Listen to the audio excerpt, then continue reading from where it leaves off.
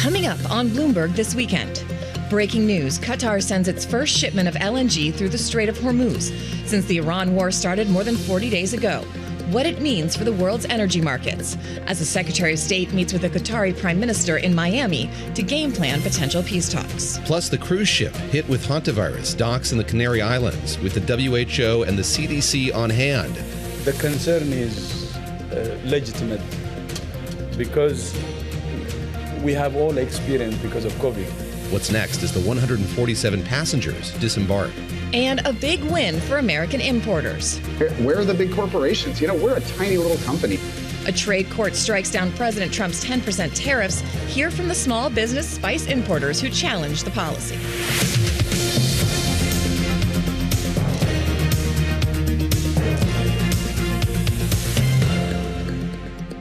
Welcome to Bloomberg This Weekend. We are coming to you live from Bloomberg Global Headquarters in New York. I'm Christina Ruffini. I'm David Gura with Lisa Mateo. It is Sunday, May the 10th. Happy Mother's Day, and welcome to our listeners and viewers across all our Bloomberg platforms on radio, TV, streaming on Bloomberg.com and on the Bloomberg Business app. We are, of course, also here with Lisa Mateo. But first, we want to go to two of those breaking news stories we're following this morning. A cruise ship at the center of a hantavirus outbreak docked off the Canary Islands, and the first LNG tanker from Qatar making its way out of the Strait of Hormuz. Let's start there in the Middle East, where Gulf nations are repelling what appears to be a wave of drone strikes. Qatar's defense ministry says a commercial cargo ship was attacked by drones after leaving Abu Dhabi. The Kuwaiti military says hostile drones entered that country's airspace. And just moments ago, the UAE says it intercepted 2 Iranian drones. This comes as the U.S. awaits Iran's response to a proposal for a long-term end to the war. The ceasefire being tested this morning with dual blockades on the Strait still nominally in effect. Now, that first LNG tanker from Qatar is making its way out of the Strait. It is bound for Pakistan. Let's get right to Stephen Stachensky. He leads our energy coverage out of Asia. Stephen, what do we know about how this LNG tanker was able to get through? Did they work with the Iranians? Did they take that northern path? What do we know, and how are they doing? You know, there aren't a ton of details available. We're trying to figure it out at the moment, but they did take the northern route, which indicates that there was some sort of coordination with Iran. It is very, there have been many attempts by Qatar to send LNG through the Strait of Hormuz, and I've seen multiple ships kind of make its way towards the Strait on the western side and then turn around, seemingly because they weren't able to get permission or the situation became potentially too dangerous for the ship to go through. So the fact that this ship went through is quite symbolic. It's the first LNG shipment to get out. Qatar supplies 20% of global supply of LNG globally. And so this does mean something in the sense that potentially more ships could get out. There could be more easing. It's going to Pakistan, which is a big deal. Not only are they a key intermediary between the U.S. and Iran talks, but also Pakistan is dealing with an acute gas shortage. They get 99% of their LNG from Qatar last year. They've gotten basically nothing so far since the war started. So this shipment will really help them, especially as weather is going to be getting hotter over the next few weeks. That being said, it is symbolic. It doesn't really change the balance. On a normal day before the war, 3 shipments of LNG would go through the west to east side of Hormuz on a daily basis, would be exported out of the Persian Gulf. So this one single shipment doesn't mean that there's going to be an avalanche more of supply. In fact, the other ships within the Persian Gulf don't really appear that they're kind of making their way to that key waterway at the moment. So we're definitely in a wait-and-see situation, but there is a bit, at least celebration on the Pakistani side. Stephen, pull back the curtain a bit and just talk to us about how you track the movements of these ships in the Strait. Obviously, this popped up based on the data that we've been going through here at Bloomberg. What gives us visibility into the movements that we're seeing in the Strait? And what you mentioned that we had three ships going through prior to this crisis beginning. What are the indications going to be that we get back to kind of a more normal flow of ships here in the future? Yeah, so what's really interesting is that global ships, they have these things called AIS. So basically, we're tracking them with satellites. They send signals up to the satellites so we can see where they are. For a lot of the oil fleet, for example, ships go dark, either if they're carrying Iranian crude or if they're going through the Strait, sometimes they'll go dark to hide their position. For LNG, because of the nature of the LNG market, these ships are very expensive, and it's a lot of the players know each other. So there isn't much of a dark market. And so it's much easier to track LNG because the ships are large, and usually they don't turn their transmission off. Now, that being said, while this Qatar ship did go through with its transmission on, there were 2 ships by ADNOC, which is also an LNG exporter in the Persian Gulf. They sent 2 of their LNG ships dark. So it's making it more difficult to track the amount of LNG ships going through. But because there are only about 700, 800 ships in the global fleet compared to thousands for oil, it is much easier to track, and we can still see that there aren't that many going through. Now, looking at where we're going to be going over the next few weeks, it will take a while to get back up to normal LNG export levels, even oil export levels, according to Aramco. They just had their earnings, and they said the same thing. It will, even if there's peace, it will take months for the traffic to get back to normal, for the market to get back to normal. That's for a few reasons. One, the ships are all over the world. 2, Will crews and ships be comfortable going through the Strait even if there is a peace deal? Are they worried if there will be, suddenly an escalation, there will be a drone going through? The risk premium in the region will always be higher, at least for the near term. And then lastly, for LNG, Qatar's LNG export facility in Ras Laffan was actually damaged in March by Iranian missiles. 17% of its capacity is actually offline, and will take about 3 to 5 years for it to come back. So even if there were normal traffic and the ships were in the right places, LNG supply isn't going to be back to the pre-war level for years. That's exactly the question I was just about to ask you. Is it loaded at that facility earlier this month? But I was wondering if production, what rate production was at, but obviously you just answered that. So before we let you go, I do want to ask you about China, because crude imports fell 20% in April. That's the lowest level since 2022. About half of Chinese supply, as you know, comes from the Middle East. Talk to us a little bit about what China has done to insulate itself from this exact scenario, but it's not a perfect system, and how long can they last given the hit to their energy supply? I think China, for much of the last decade, has cared so much about energy security, and they've diversified in so many different ways. I could go, we could talk for an hour about what they've done, but let's just look at oil, for example. They've actually been increasing their domestic oil production. They're also very strategic with their reserves. A lot of last year, we were talking about run rates being sort of low at Chinese refineries, and yet their imports for crude were so high because they were filling up their strategic reserves. When oil and Brent was around $60, $70, the Chinese were buying. So they actually have a lot of strategic reserves there as well. They've limited the amount of fuel that they're also exported. It's been going on and off. But in the early days of the war, they asked the refiners to kind of cut back on exports there. And at the same time, when you look at how they consume oil, that's also shifting. This is more of a long-term story, but the EV boom and the electric truck boom, everything in China means that they're going to be depending less and less on that fuel in the future. Now, in the immediate term, there are some pressure points, and I think one of them still is natural gas. 30% of their LNG came from Qatar last year. And while the country itself also, again, like oil, is very insulated, they've got domestic gas supply, they've got inventories, they've also got pipeline imports from Russia. The LNG actually does play a somewhat key role in the Guangdong region of China, and that region is basically China's factory. It might not be well known to the rest of the world, but it's got the economic power of South Korea. It's huge. And because of its location on China's eastern coast, they do import quite a bit of LNG for power production, as well as use in petchems and other industries. And so if it starts to get really hot, for example, this summer, and if there's a draining of hydro facilities, then you could see a crunch in China for gas if they're not able to get what they're getting from the Middle East. Likewise, also for oil to an extent. Stephen Sepsinski, thank you very much. Stephen heads up our energy coverage there in Asia. He's based in Singapore. Hugely valuable, and I think especially valuable as we look ahead to this summit that President Trump and President Xi are going to be having this week, where I think energy issues, what's happening in the Middle East, are going to be pretty high up on the agenda. We were talking about the UAE, and I did note there have been a series of meetings now between Trump administration officials and UAE leadership as well. And the Qataris, Al Thani, who is their foreign minister and their prime minister, was in Washington meeting with Vance and then was supposed to go home and ended up going to Florida to meet with Rubio. I reached out to some Qatari senior officials today to ask kind of what the status of that was, because, Qataris, they're one of those countries that is has a lot of experience mediating. Pakistan, less experience, and they haven't been involved in much in these negotiations. So there's a couple articles kind of assuming that that's what they were doing. Qatari officials pushed back a little bit on that today. They said those meetings with the White House were mostly regarding bilateral issues, but they are playing an advisory role in these negotiations. Yeah, and interesting also to see the role that Marco Rubio is playing. Of course, he was in Rome visiting with the Pope earlier this week, but now involved in these conversations in a way in which he hadn't been previously. It was something that Steve Witkoff and Jared Kushner were. And involved that it was important enough for the Qataris to make an extra trip, which I also found interesting. Yeah.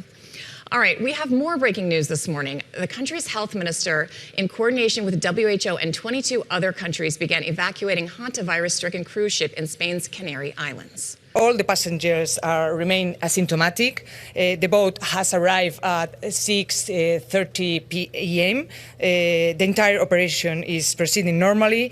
And as I said, the first to disembark will be the Spanish citizens, and then the flight to the Netherlands will depart. Joining us now is Dr. Carlos Del Rio. He is a distinguished professor at Emory School of Medicine's Division of Infectious Diseases. Dr. Del Rio, thank you very much for being here. And let's pick up from what we just heard there, what we expect to happen here over these next few hours. It sounds like many countries are marshaling aircraft to the Canary Islands to bring their citizens back to their respective countries.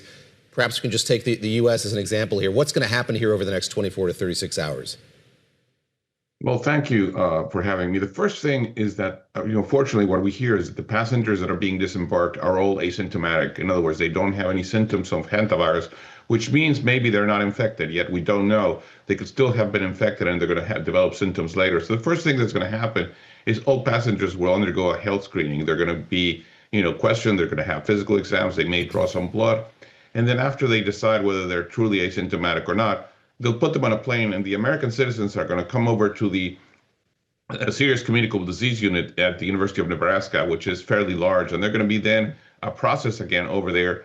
And if they happen to be symptomatic, if there's anything that is suggestions of infection, they'll be kept in isolation. Otherwise, if they still continue to be asymptomatic, they'll be sent home and encouraged to quarantine and to watch themselves for the next 6 to 8 weeks.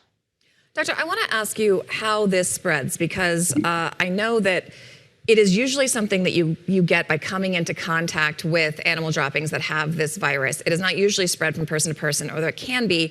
Prevailing wisdom is that if you get it from person to person, you have to be in very close contact. But some of the reports we're seeing from the ship is that not all of these individuals who have tested positive for this virus were in close enough contact that virologists would usually assume they were susceptible to contracting the virus. I know this is a different strain than we have here in the US, and that is more possible, but is that concerning that this seems to be a method of transmission that this virus doesn't usually take? No, it actually does. This Andes hantavirus is the only one that spreads person to person. And there was an outbreak in Argentina in 2018, 2019, where some of the things that you're mentioning actually happened. Some person just got infected because they were in the same room with another person that was infected, or they were in the same bathroom. It is very clear that if you have very close, intimate contact, for example, in this case, the index case, then his wife got infected, they were in the same cabin, they could have been, intimate sexually. There's a lot of reasons why the wife got infected so quickly and then developed symptoms. But that doesn't mean, it's an all or non phenomenon. Clearly, there's a lot of things about the transmission we don't fully understand. And I think this outbreak is going to help us try to understand that. It is very clear that the closer you are, the more intimate the contact, the more likely you are to get infected. But that doesn't mean that we have not seen sort of what appears to be fairly casual mechanisms of infection. I'm curious about the global public health apparatus that's being marshaled to bear here in Tenerife. So the United States has pulled out of the World Health Organization. That's something that's changed since the COVID-19 pandemic. And I wonder what the consequences are to that as you see them, as we watch this effort unfold, and what we can learn from this experience. Yes, this may not lead to the kind of global pandemic that we saw with COVID-19, but what can we learn from the way that governments respond to this crisis that's breaking out on this ship?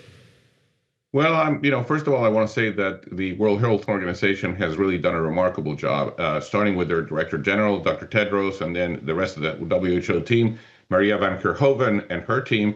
They've done a tremendous job. Dr. Tedros is there on site in Tenerife, helping and providing leadership and talking to the Spanish government and ensuring that the boat was able to dock over there and the passengers can be safely and securely disembarked. I think we have seen a much diminished CDC. If you think about a prior outbreak, let's think the outbreak of Ebola, CDC very quickly was involved. CDC very quickly sent a team over there. CDC was providing something very important, which is technical assistance. We're not seeing a lot of technical assistance happening from CDC right now. In fact, it almost seems like the CDC response occurred after many, many days. It was almost, too late, too little, too late.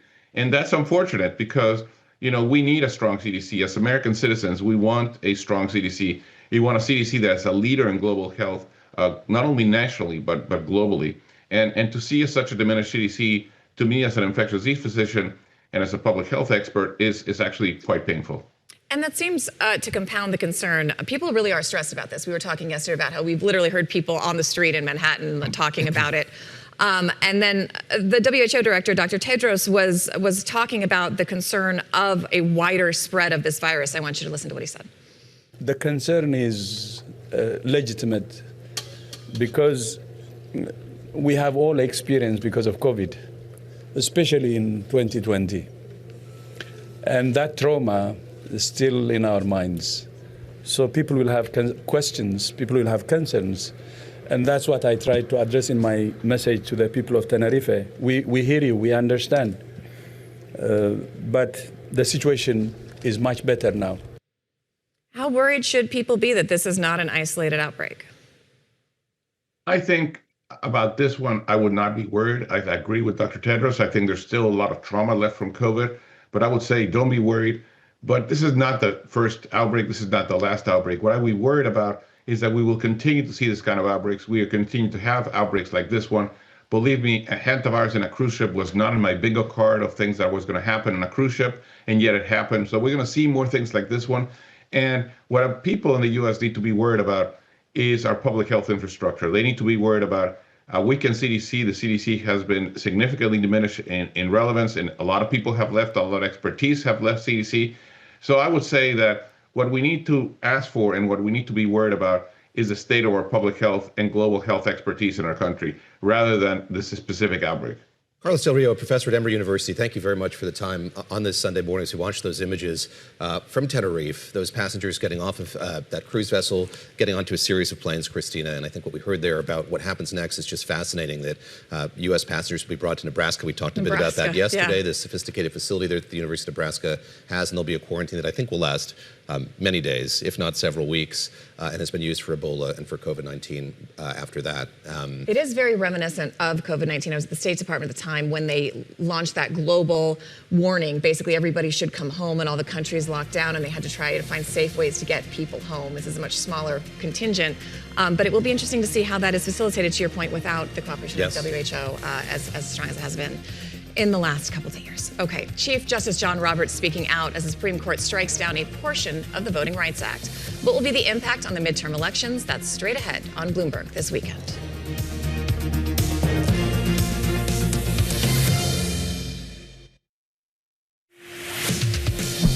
Thank you for joining us live on Bloomberg This Weekend. I'm Lisa Mateo. Let's get you up to date on today's top stories. And the cruise ship that was hit with hantavirus has arrived at the port in the Canary Islands, and passengers starting to disembark.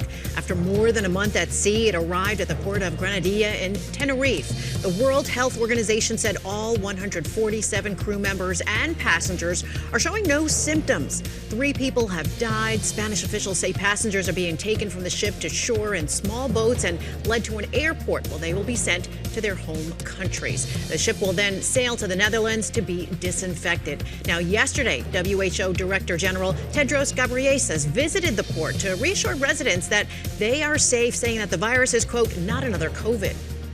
The risk to the population, to the local population is low.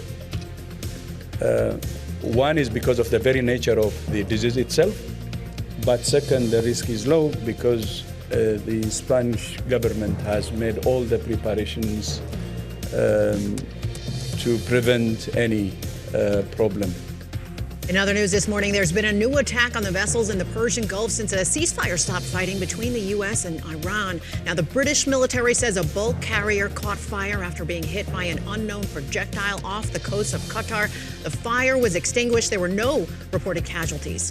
Meanwhile, a tanker carrying liquefied natural gas from Qatar appears to have transitioned into the Strait of Hormuz, marking the country's first export out of the region since the Iran war began. Now, according to ship tracking data compiled by Bloomberg, the tanker exited the strait and is in the Gulf of Oman.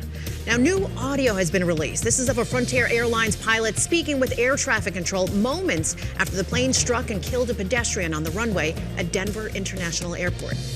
Frontier 4345, we're stopping on the runway.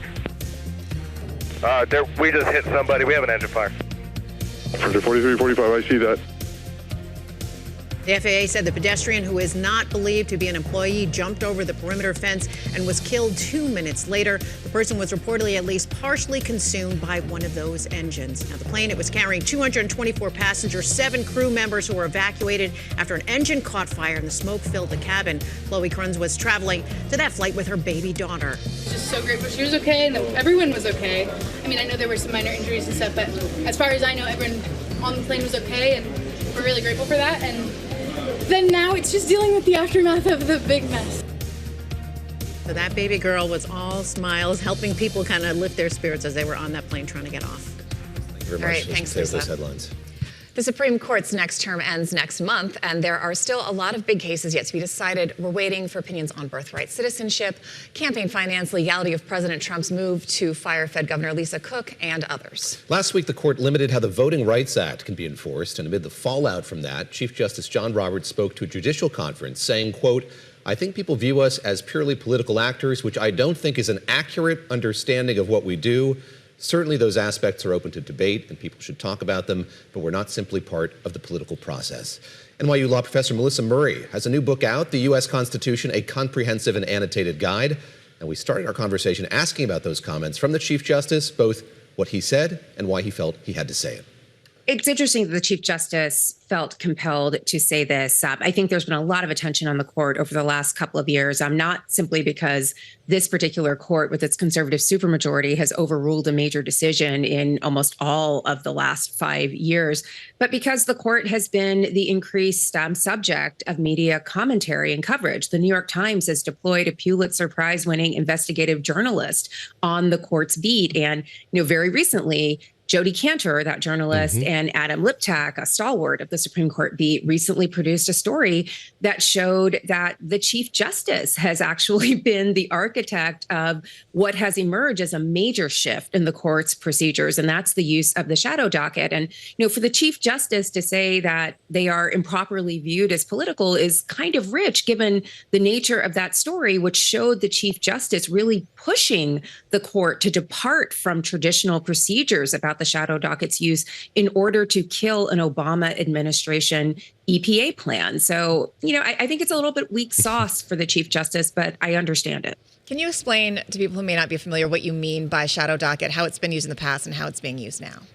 Sure. The shadow docket is an interim procedural docket that's used for case management. It's typically been used in the context of the death penalty or election law disputes where you have to have an interim or decision in the middle of pending litigation because the litigation is time sensitive for some reason. So, for example, in the context of the death penalty, someone will be executed in a few days and therefore a decision is needed. It typically wasn't used for real substantive questions, but just before the Trump administration, in the waning days of the Obama administration, there began to be more activity on the shadow docket, with states taking cases directly to the court from pending litigation on the shadow docket and actually getting substantive rulings. The critique of the shadow docket, though, is that it's not an ideal place to do that kind of substantive decision making because often those issues are not subject to full briefing and oral argument, and the court often issues very spare rulings, sometimes just a line or a single paragraph, nothing more,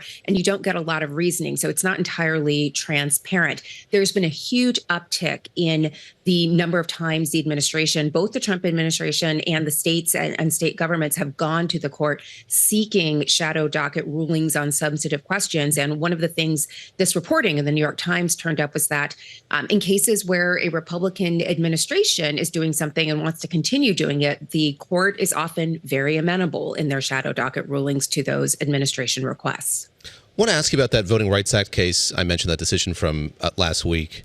And I'm curious sort of what it means in a practical sense. So we've seen the evisceration of it over several cases now. What does it mean on a practical basis as we look at this war over redistricting playing out in many states across the country? So, David, you're exactly right that the Voting Rights Act has been under siege for some time. This began in 2013 with Shelby County versus Holder, which eviscerated the pre-clearance regime that required states with a history of suppressive voting laws and practices to first clear any changes in their voting laws with the Department of Justice or a 3-judge court. In the wake of that decision in 2013, states rushed to implement new laws and procedures around voting, including more restrictive laws regarding voter ID. This new challenge to Section 2 of the Voting Rights Act really hobbles what was left of the Voting Rights Act in terms of a means of keeping states from promulgating more suppressive voting laws. It has made it a lot harder for redistricting to happen in a way that maximizes or optimizes the potential of minority groups to elect candidates of their choice. And more importantly, the court was a little craven in how it decided this. Justice Alito did not say he was eliminating or ending Section 2. Instead, he said he was preserving its central tenets. And what that means is while Section 2 will no longer be used to challenge racial gerrymanders that disadvantage voters of color, it still stands and likely will be able to be used to challenge redistricting efforts in blue states that try to optimize the voting strength of those constituents. Well, we've got you. I also want to ask you about tariffs. So we had this ruling that struck down the IEEPA tariffs, but in response to that, President Trump imposed a 10% tariff on imports, which the Court of International Trade knocked down. Where does this go now? And does the administration have a legal pathway to try to keep those tariffs in place or reimpose them? Well, the administration, in the wake of the Supreme Court's tariffs rulings, turned to another statutory provision, Section 122, to promulgate this new set of tariffs. And it was under Section 22 that this new court, the Court of International Trade, determined that that was also an improper use of that statutory provision. So this will be appealed to an intermediate appellate court. It likely will go on to the Supreme Court. What was especially interesting about the lower court ruling that we got yesterday was that in addition to invalidating the tariffs under that statutory provision, it also said that the administration had to refund the money collected. That was not something the Supreme Court did in its tariffs rulings that we had earlier this year. That's a real blow to the administration that will surely be challenged, and this likely will continue on through the federal courts. Before we get to the book, let me ask you lastly about this Lisa Cook case. We're still waiting on that decision, and I think we detected some skepticism among the justices as the government argued that President Trump should be able to fire a Federal Reserve governor. Your sense of what's likely to happen with that decision and the import of it, yes, of course, of acute interest to a lot of Bloomberg viewers and listeners who care a lot about the Federal Reserve, but more broadly speaking, about the integrity of these historically independent institutions in the U.S. government. So the Lisa Cook case is one of a series of cases attacking the independence of administrative agencies, and in particular, the independence of those agencies in terms of the commissioners or members that sit on their boards. Typically, Congress, which creates these bodies, will insulate those members from presidential removal, saying that the president can only remove the individual for cause or under very limited circumstances. There's another case pending, Trump versus Slaughter, which is about the removal of a commissioner of the FTC. I think that will likely be one that the administration prevails on, and it will result likely in the overturning of a very longstanding precedent from the 1930s, Humphrey's executor, which said that Congress could dictate terms under which presidents were limited in their ability to remove officers of those kinds of multi-member commissions. The case of Lisa Cook is slightly different. It is about removal, certainly, but the president has insisted that he has cause to remove Lisa Cook. So there's a different kind of procedural valence here. But as we saw in the oral argument in that case, the court was really skeptical, and it has been incredibly skeptical of any kind of assault on the administrative state that would implicate the Federal Reserve as well. They've always said that the Fed is different. The logic of that statement is really weak and wobbly. It's not quite clear how the Federal Reserve is different from other multi-member bipartisan commissions. Other than that, the Federal Reserve has direct implications for the justices' retirement portfolios. But we are getting a sense that the economy matters. It matters to this court. The stability of the economy matters.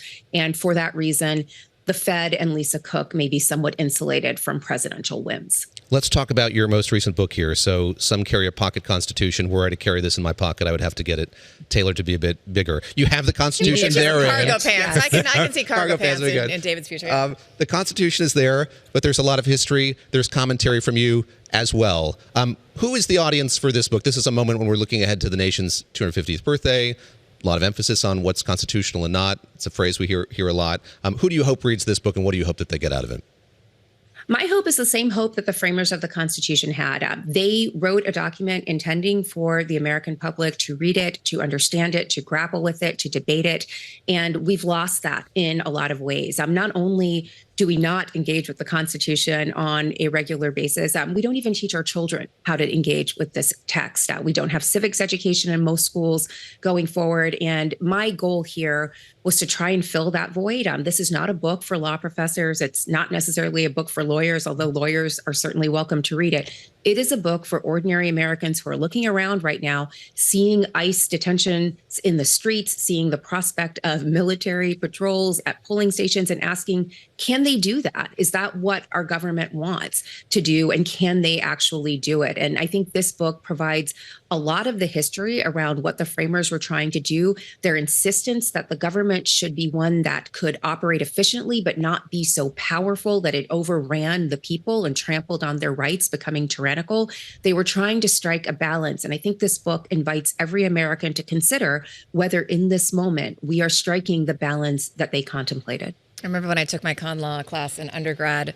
It's a decent college. Most of the class could not answer how many Supreme Court justices were on the bench. So maybe a good book for some of us to get a little bit of a refresher. It's a great graduation gift. That's all I'm going to say. Brilliant. Put in those gift bags. All right, Melissa Murray, thank you so much for taking the time. Nice to see you. Thanks for having me.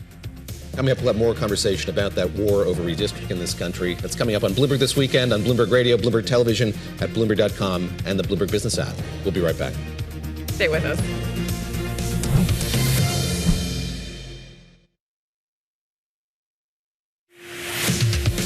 Thank you for joining us live on Bloomberg This Weekend. I'm Lisa Mateo. Let's get you up to date on today's top stories. Passengers aboard the cruise ship infected with Hantavirus are beginning to disembark. It arrived at the port of Grenada and Tenerife in the hours overnight. All 147 crew members, passengers are showing no symptoms yesterday. Dr. Maria Van Kerkhove, WHO acting director of the Department of Epidemic and Pandemic Threat Management, she talked more about the plan to disembark those passengers and get them home.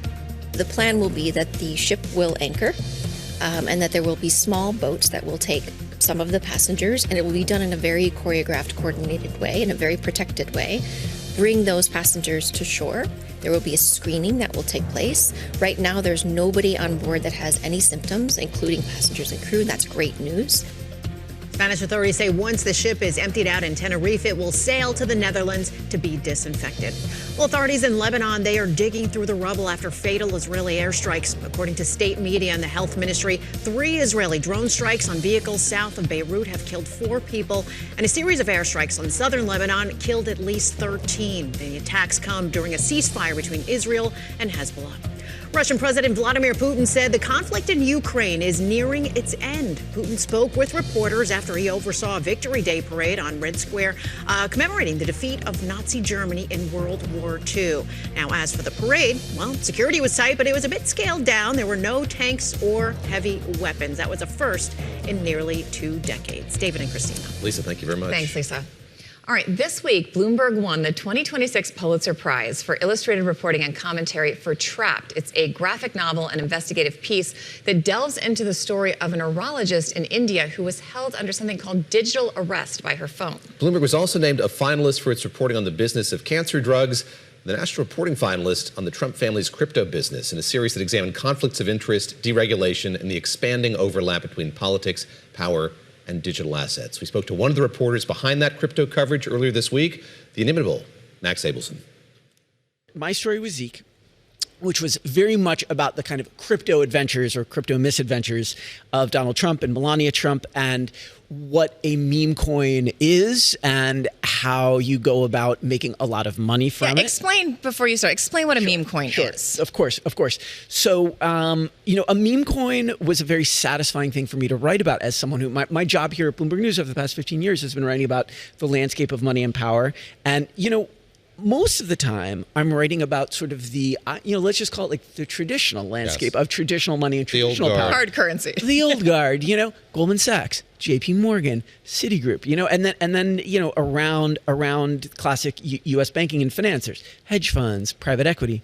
What made meme coins so much fun to write about, besides the fact that I was working with Zeke Fox, one of the great living crypto reporters, honestly, very true, is that, a meme coin in a way typifies not just, in my mind, Donald Trump, but in a way it's sort of like this pure version of contemporary capitalism, because you are buying and selling essentially, sort of practically nothing. It's a novelty. We could sell a Max coin. If you want to buy a Max coin, I'll sell you one. Depends on whether it says Pulitzer Prize nominee on the top of it, but all right, we can continue. That would make it better. But it would entitle you to nothing from me, necessarily.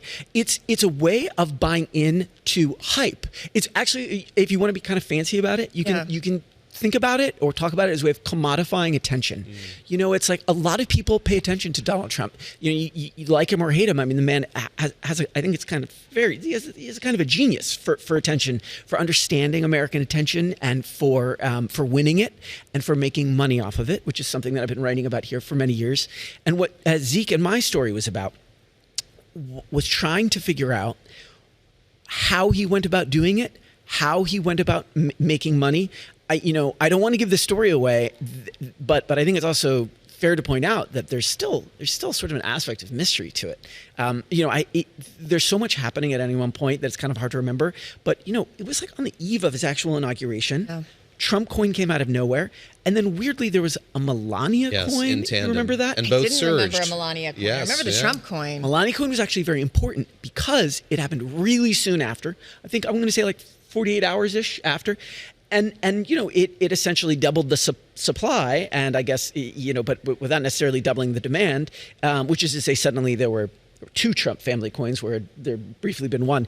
And so the prices crashed. And that was, in a way, it was an unhappy story. You're getting us to sort of what the series centers on, and that is sort of how wide this universe has become, that the Trump crypto universe. That's exactly right. That's exactly right. Much wider than the NFT or the meme coin. My colleague and sometimes co-writer Annie Massa did a really, really good story about how wide that universe was getting. And that's really what the series was about. Because on the one hand, you had you had kind of different players on kind of the battlefield. You had the investment bank named Dominari, run by a fellow named, I believe, Kyle Wohl. Bloomberg coverage of Dominari was a part of this Pulitzer finalist series, and then at the same time, I just want to remind people to pick up something that you were putting down, that Trump was deregulating this as this was happening. So on the one hand, the Trump family was issuing crypto products and making money from it. They were doing this through companies and sometimes through licensing agreements, I want to say. And at the same time, the Trump administration and the Trump campaign were actively beating the drum, demanding crypto deregulation, going against what Joe Biden had wanted. The other part of deregulation is I was in D.C. for 17 years as a reporter, covered White House. But the thing about D.C. is the company town. So everybody works for the government or near the government or something. And there was a guy in my building who'd been at DOJ, and he was talking about not just the regulatory framework under this climate, but the enforcement, and that the DOJ prosecutors whose job it was to pursue financial crimes and things like crypto and things like tech bros literally didn't know if they were supposed to do their jobs or not, because what they were supposed to do and what was coming from the White House and then the pardons being issued from the White House, they were all running into each other. What has this done to the regulatory landscape? And are there any repercussions, even if there are rules against this? Do people think they're going to get caught for financial malfeasance, especially in crypto right now? Well, that's a great point, because not for nothing are figures like Justin Sun and CZ a part of the series too, and a part of Bloomberg coverage. And just to quickly describe them, I mean, these are figures who I think only, how far are we into 2026? Essentially only 1 year ago, or maybe a little bit more than that by now, they were facing some serious regulatory scrutiny in the United States, and I think in some cases beyond. And the Trump administration now there are some like increasing feuds, I believe, when it comes to in the case of Justin Sun. Yes, I believe Justin Sun is actually now. The circle has sort of with the Trumps. That's exactly right. Yes. Just to be clear, right. It sort of revolved now more than once. And Justin Sun, who I believe was allied with Trump and World Liberty, has now, I believe now they are beefing and feuding. I shouldn't be so informal. I think actually they're fighting in quite a serious legal way. But to go back to your point, in the same way that finance has figures that in some eras are under, immense legal or regulatory attention. Stephen Cohn comes to mind as a kind of a giant of the hedge fund industry who was in under so much regulatory scrutiny that I think it essentially inspired a TV show that's practically based on it. And yet now he's, of course, actually we were briefly talking about Mr. Met. I ran into Mr. Met this week. On the streets of New York. Focus, men. Focus. And, it's actually important, or it's germane only to the sense that Steve Cohen is now the owner of the Mets and thriving and a member of course, public society.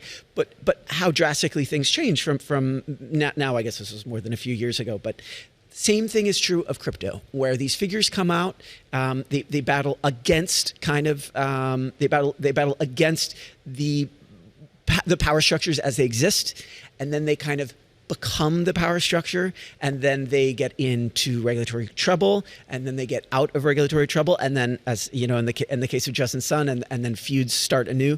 I guess really the truth is we like to think of crypto as like this funny, weird corner of the world. But as our colleague Matt Levine would write about in Money Stuff, it kind of rebirths all the lessons from financial history, and it sort of becomes just another chapter in a very old story. Pulitzer Prize finalist, Max Abelson. Thank you very much. Appreciate it. Thanks so much. A fascinating series, as he nodded to a lot of his colleagues who worked on it, really kind of broad, sweeping view at the Trump family and digital assets. The Cancer Capitalism series, also extraordinary. That was a finalist really good. And involved many of our colleagues as well. And then, of course, the winner is this really interesting illustrated kind of graphic story. We've got it up here in the studio, and you basically scroll through it, and it's you think it's one thing, and then about halfway through there's like a switch, and you realize what's really going on at the same time that kind of the main character does. It's really, really cool. Doesn't take long. Totally worth well worth clicking checking on. out. And I guess the evolution of the old cartooning category. This is not that. This is a sophisticated kind of graphic telling. No, this is a really smart way to do reporting and something I haven't seen before. All right, coming up, BT dubs some of the week's most read stories.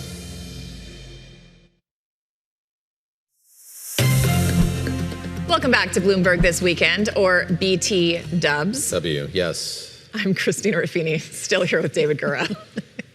And we're going to go to Lisa for some of the underread stories or stories you might have missed, or just great stories from the week. We were also just talking about baseball and softball. I know. Here on this Mother's Day. The parent chats. The chats. We Love could do a whole chats. segment on that. I don't want to upend this. Rental group sorry. chats. This sounds absolutely terrifying. I didn't mean to take us off the rails, but we could do that. That could be a whole BTW, segment for another day. I mean, sorry. We should circle back on that because I'm fascinating. All right. Lisa, give us an Sorry. actual headline. Okay, let's go with this one. So when you guys go on vacation, do you enjoy like a nice, big, relaxing room to kind of kick back and, come back at night and feel comfortable? Yeah, in theory. Okay, Make that happen. I feel like it's a trick question, yeah. Okay. So yes, this is from the Wall Street Journal. So listen to this. It says, I tried out a $60 capsule hotel in Honolulu. Honolulu. I can't even say that.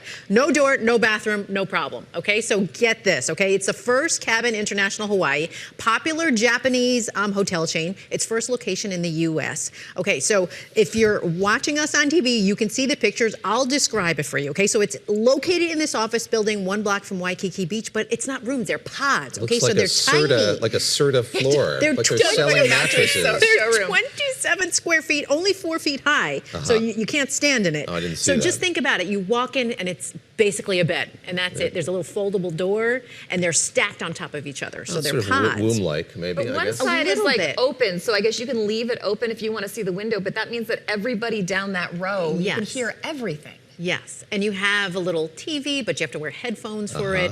There's different classes, okay? So how much are these, right? Okay. If you want the single one, $60 a night. I mean, right. it's okay. That's what you're paying. That's You get good, a yeah. lounge area too. You know, you get certain things with it. You have to share bathrooms, kind of like college again, Nest all over. Cafe or something. Yeah. All right. And then if you want all in the first class cabin, you get a little more space. You get a little night table. Okay, $150 a night. But you can get an actual hotel for that. Well, not no, Hawaii. not Hawaii. I mean, this Okay, is, all right. this is And paradise. it's a block from Waikiki Beach. Okay. So those go for, I don't know, almost $300 a night, I think. Wow. Just about we were looking. At least, yeah. So if you're okay with sharing bathrooms, having not. some bunkmates, you get a lounge with a beach view. Okay, all right. The bathroom thing don't doesn't wanna bother share a me. The bathroom. comment Oh, that you doesn't don't bother mind me. that. I'm such a terrible sleeper that I would just not sleep. I would be any noise. I would be like security conscious all night. I would not feel comfortable with that. Yeah, and that's what the person said who did the review, is that you hear people waking up and walking in the middle of the night. So it's kind of disturbing. Okay, so we've all heard of longevity for humans, right? Yes. What about longevity for dogs?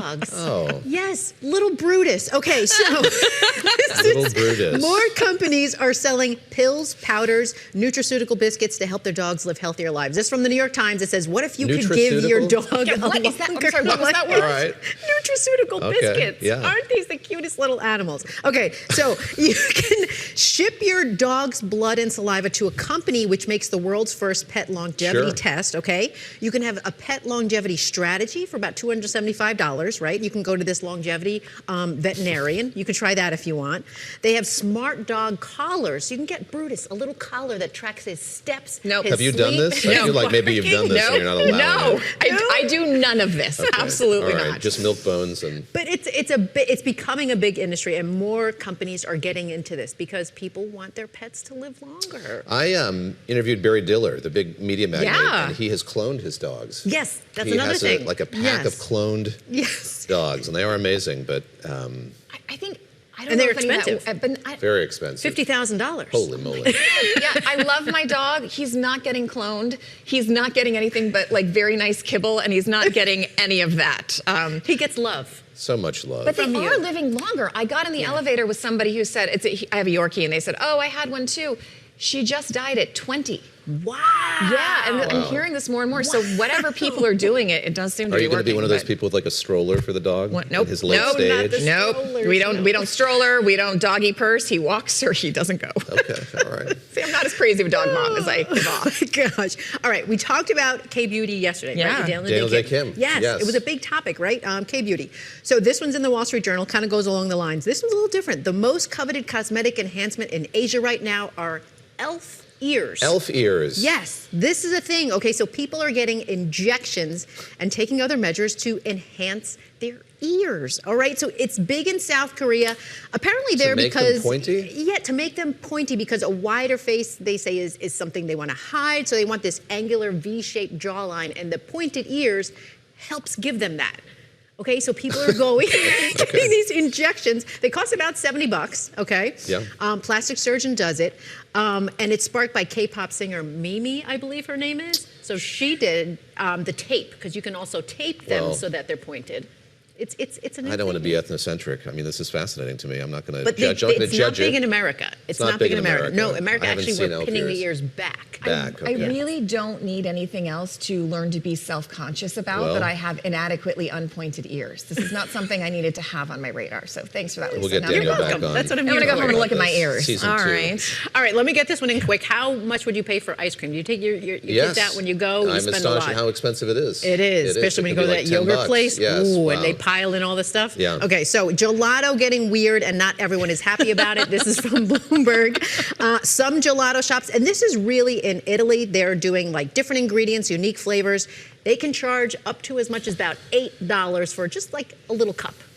We have some different weird ones flavors. in Brooklyn. We've got asparagus, basil. Asparagus gelato? Yeah. Basil I would do. Basil you can get in Italian. That's not crazy. Yeah, but no, I had the asparagus. I felt like I had to do it. And? It's savory. It's not. Did you get it again? No. No, it was just a But, one-time only. I just came to try it.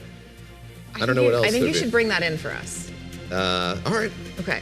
Deal. All right. Next From time it's Brooklyn. on offer. Next it's a week we'll special. talk about parental it's a group special- chats. Yeah. And asparagus. BTW is all me next week. I'm going to set the agenda for that. Thank All right, you. coming up here, we're going to speak live with Daniel Russel, the former Assistant Secretary of State for East Asian Affairs. This is President Trump prepares for that big summit with President Xi Jinping. The next hour of Bloomberg This Weekend starts right now.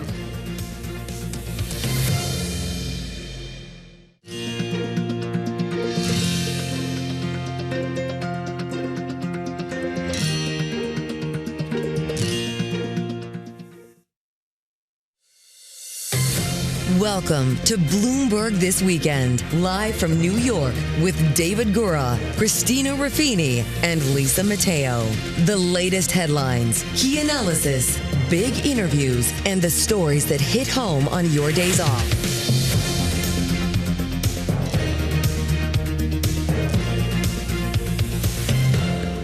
Welcome one and all to Bloomberg This Weekend. It is 8 a.m. in New York from Bloomberg's Global News headquarters. I'm David Gura. I'm Christina Ruffini. We are here with Lisa Mateo, and we're bringing you the latest breaking news reports analysis live this morning and every weekend from 7 to 10 a.m. We're tracking a lot of breaking news involving ships this morning. Yes, Tenerife very much in focus here in the Tenerife. We've got that Hantavirus-laden cruise ship is docking in Spain, and we're going to be tracking what they're doing with the passengers, quarantine procedures, and how concerned we need to be about this outbreak in general. And then we're also looking at this LNG tanker. Yes, movement in the Strait of Hormuz, that LNG tanker making its way through and out to the Gulf of Oman, which is extraordinary news. There's been such a slowdown, of course, over these last many weeks. So we're going to look at what's happened there, how it's gotten through, and what the ramifications of that are for other LNG tankers. But first, let's get to the headlines with Lisa Mateo. Yeah, and let's start with that cruise ship. As you said, it has arrived in the port in the Canary Islands. Passengers beginning to disembark. So the World Health Organization said all 147 crew members, passengers, they are showing no symptoms. 3 people have died. Spanish officials say the passengers, they're being taken from the ship to shore in small boats led to an airport while they be sent home to their home countries. Now, the ship will then sail to the Netherlands to be disinfected. Yesterday, WHO Director General Tedros Ghebreyesus visited the port to reassure residents that they're safe, and he said he understands their concerns. The concern is legitimate because we have all experienced because of COVID, especially in 2020. And that trauma is still in our minds. Well, in other news, there's been a new attack on vessels in the Persian Gulf. The British military says a bulk carrier caught fire after being hit by an unknown projectile off the coast of Qatar. The fire was extinguished. There were no reported casualties. And meanwhile, a tanker carrying liquefied natural gas from Qatar appears to have transitioned to the Strait of Hormuz, straight right through it, marking the country's first export out of the region since the Iran war began. Now, according to ship tracking data compiled by Bloomberg, the tanker exited the strait and is in the Gulf of Oman. New audio has been released of a Frontier Airlines pilot moments after the plane struck and killed a pedestrian on the runway at Denver International Airport. Frontier 4345, we're stopping on the runway. We just hit somebody. We have an engine fire. Frontier 4345, I see that. The FAA said the pedestrian, who was not believed to be an employee, jumped over the perimeter fence and was killed 2 minutes later. That plane, it was carrying 224 passengers, 7 crew members who were evacuated after an engine caught fire and smoke filled the cabin. Chloe Crunn, she was traveling with her baby on that flight and described what happened during takeoff. And there was just like a crash. It felt like, getting in a big giant fender bender. And then there was like smoke filling. I couldn't see the engines, but people that could see the engines could see large flames, and it was really scary. So people were yelling, "Fire, fire!" That incident marked the 3rd major commercial aviation accident on U.S. soil in 15 months. We've been starting to see this again and again. Yeah. Well, Lisa, thank you very much. Appreciate that. Well, passengers are being evacuated from the Hantavirus-hit ship, the MV Hondas. And Spain's health minister said just moments ago these passengers are now heading to hospitals. This unprecedented operation is going as planned. As at 9:30 in the morning, the Spanish passengers has started to disembark. Right now, the plane going to Madrid has left. Joining us now is Sam Fazeli, Bloomberg Intelligence Global Industries Director of Research and Senior Pharmaceutical Analyst. Thank you so much for coming on. Before we get to this ship, I want to ask you, are we seeing a global overall increase in hantavirus cases? This is a name I haven't heard in a while, and then all of a sudden we seem to be hearing it a lot. Good morning. I would say that it ebbs and flows. Remember, this virus pretty much is endemic across the areas where rodents have access to food and the specific types of rodents. So if you go through a period where the weather is really good and there's abundance of food, those animals multiply. But a lot of the times, the virus remains within the zoonotic barriers that it's got, which is those animals, and rarely jumps to people unless you get these situations where tourists in those kind of areas are exposed to the feces, etc., or urine of those animals. There's only one of them that can jump from human to human, and that's the one that we're dealing with, called the Andes virus. There's a whole family of them. I've got the family tree here in front of me. So only one can do the human to human. So I don't know if we could say that there's more, but it's seasons where there is a lot of rain and it's wet and there's an abundance of food for rodents. In the areas where this is endemic, you'll get more exposure risk. Sam, we've been talking over the course of the morning about what happens next here. This ship has docked. It's anchored off the coast of Tenerife. Spanish citizens will be brought off first. Then we'll have citizens from the Netherlands, Germany, Belgium. They'll be brought off. U.S. citizens brought to Nebraska. What we haven't talked about is the treatment for this. We focused a lot on the quarantine process that's going to begin here in earnest in the hours ahead. Is there a treatment for this virus, and what is it? Unfortunately not. I mean, there's treatments for the symptoms, which you don't want to get to. You want to be obviously not infected, but if you are, to get the asymptomatic or the mild symptomatic version of it. But unfortunately, there aren't any. There were times where antivirals were tested. Back in 1993, there was an outbreak in the Four Corners states. But the best way to contain it is, the best way to deal with it is to contain it, which is what I think is going on with the passengers coming off the ship. Unfortunately, some folks have perished, which is clearly very sad. But in order to avoid this spreading, and it is not that easy to spread, you need very close contacts, not like COVID. A quarantine is the best way, and that's how it's been dealt with previously. What is the incubation period for this, and what are the outcomes? Is it always deadly? Well, I think the case fatality rate, if you get infected, your risk of perishing is, remember, it is not a virus that we deal with on a daily basis, so it's much harder to measure, but 30 to 40%, which is pretty hefty fatality rate. And reality is that you really want to avoid spreading this, and it's not that easy to spread, but quarantine is the best way to deal with it. And symptoms, incubation period can be, depending on what you're talking about. First symptoms can take up to 6, 7, 8 weeks to occur, but in terms of testing positive, the numbers that I've read is something in the region of about 3 to 4 days. Sam, let me bring this squarely into your world, the world you cover, the pharmaceutical industry. And we saw Moderna, the company that pioneered the COVID-19 vaccine, saying it has been at work on a hantavirus vaccine. That work started before the events that we've been covering here over the course of the morning in these last couple of weeks. I'm curious sort of where we are in that process. We spoke last hour about the U.S. pulling out of the WHO. We've seen the U.S. take away funding from mRNA research. Speak to just the prospects of that technology going forward, with or without the U.S.'s involvement here, and what Moderna's interest in doing this says about the possibilities that could come from further mRNA research and immunizations. Let me split that into 3 aspects. If you have viruses that can transmit between humans really rapidly, influenza, the coronaviruses, we've had a pandemic that we're just still dealing with the repercussions of. Those kind of viruses, you need to have technologies that enable you to make a vaccine really quickly. And mRNA vaccination is the way. So that's one group. Then there's others that you want to be pandemic prepared, situations where you can create a stockpile of vaccines, such as the H5 influenza virus, which comes and goes every now and then. And there you would want to have a stockpile. There you don't necessarily need mRNA. You just need a good vaccine that works. And if you needed to ramp up, then that would be mRNA world. And of course, then there's this type of thing, or Ebola, or Mpox, where you want a small stockpile, enough to be able to contain a possible a ring vaccinate, which is what they talk about. But ideally, in these situations, is quarantine. As we've seen, you can manage Ebola, which is unfortunately a terrible, terrible disease. Mpox was the same.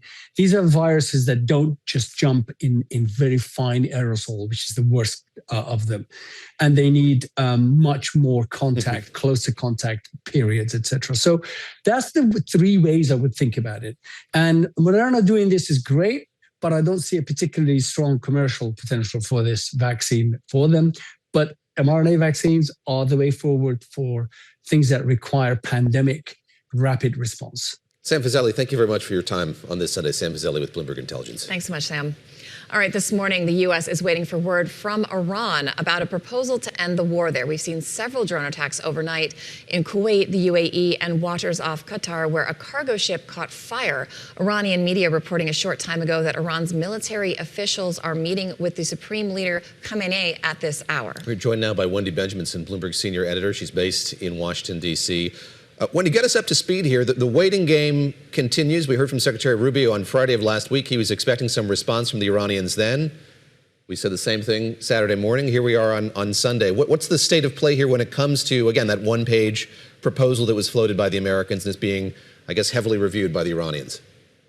Well, right, David. And it seems that the Iranians they're still reviewing it. They must be, because we haven't heard anything positive or negative about it yet.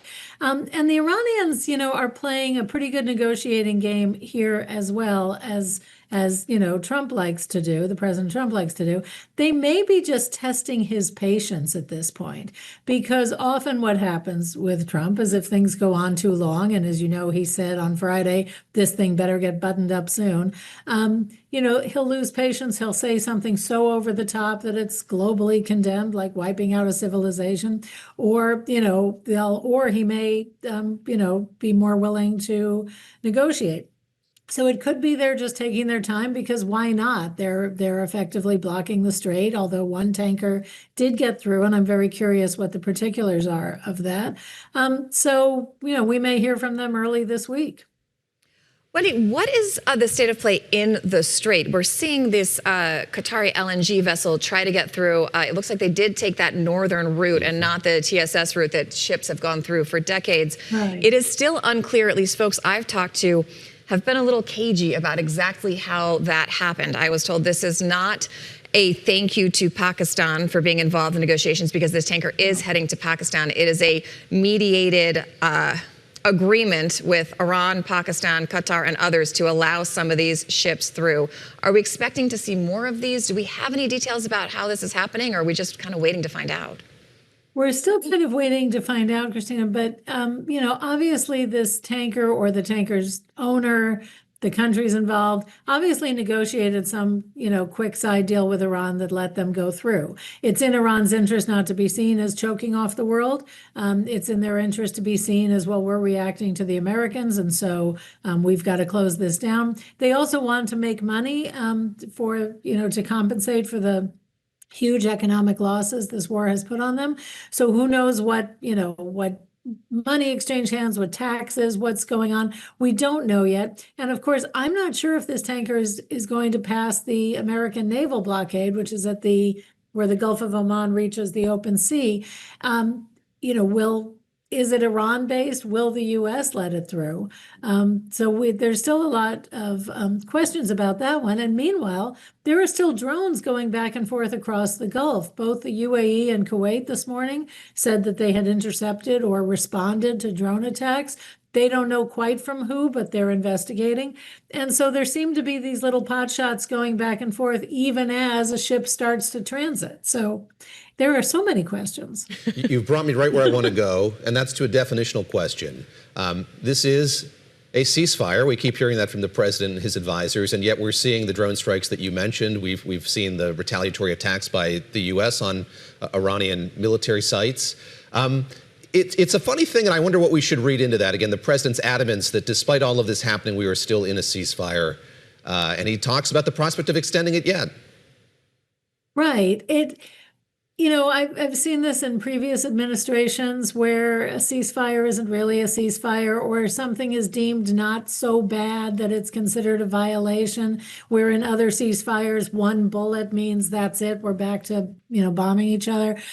So it's a little odd. It's in neither Trump's nor Iran's interest to say the ceasefire has ended. One, it's politically bad for the president here, plus that remember, he claimed we think without legal basis that the 60-day clock on congressional approval is paused because we're in a ceasefire. If he says there's no ceasefire, then Congress, even the Republicans in Congress, are starting to get pretty eager for a war powers resolution. I don't know that one would pass, but there's at least agitation toward that. And for the Iranians, it's not in their interest to say the ceasefire is over because the U.S. and Israel will start hammering them again. Wendy, before we let you go, I want to ask you about how all of this factors into the big summit between the U.S. president and the Chinese president next week. This week, it's Sunday. I know what day it is, I promise. We were just speaking earlier about how China gets about 40% of its crude through the Strait and has imported the smallest number in years of energy just because of the pipeline issue coming through the Strait. How does the Iran war play into the Chinese strategy here? At one point, analysts have said they're going to let the U.S. go ahead and make what they see as a strategic blunder and not get in their way. But at the other point, it is starting to impact their bottom line. And at some point, they're going to see downstream economic effects from the energy crunch. Yes, I mean, you're absolutely right on all of that. Trump and Xi meet in the first of 4 possible meetings this year. It's beginning on Thursday, so we don't know how much will change on the war front between now and Thursday. It could be a lot, could be nothing. And the war is certainly the elephant in the room while they try to talk about their trade truce and investment deals and Taiwan and all the things that, a normal, if you can call a U.S.-China summit normal, as, with the topics that they discussed in Trump's first term. But, they are, Chinese analysts believe that the U.S. has depleted its munitions to an extent where they may not be able to defend Taiwan, which we may not be able to defend Taiwan, so that Xi may come into this meeting ready to talk about Taiwan because he knows in this case, or at least he believes, we don't know this to be true, but he believes the U.S. may be a paper tiger on Taiwan. So that may be something where he wants to see some movement in exchange for kind of staying out of the way while their main source of oil is in this war with the U.S. So it's a huge elephant in the room. All right, Wendy Benjaminson, Bloomberg News senior DC editor. Thank you, as always, for joining us. Well, let's stick with that summit again, taking place a little bit later this week between President Trump and President Xi. Energy on the agenda, of course, but AI, quantum computing, trade policy, agriculture policy, all of that is going to be on the agenda as well. It's supposed to be a busy one. Danny Russel joins us now. He's a distinguished fellow at the Asia Society Policy Institute. He's a former Assistant Secretary of State for East Asian and Pacific Affairs. He had that job under President Obama. Danny, great to speak with you once again. And let's pick up from there. We had this meeting last week involving the Iranian foreign minister and the Chinese foreign minister. We all saw the photograph. I'm sure members of the Trump administration saw that photograph as well. How much is this conflict in the Middle East going to color what these two leaders talk about in Beijing in the coming days?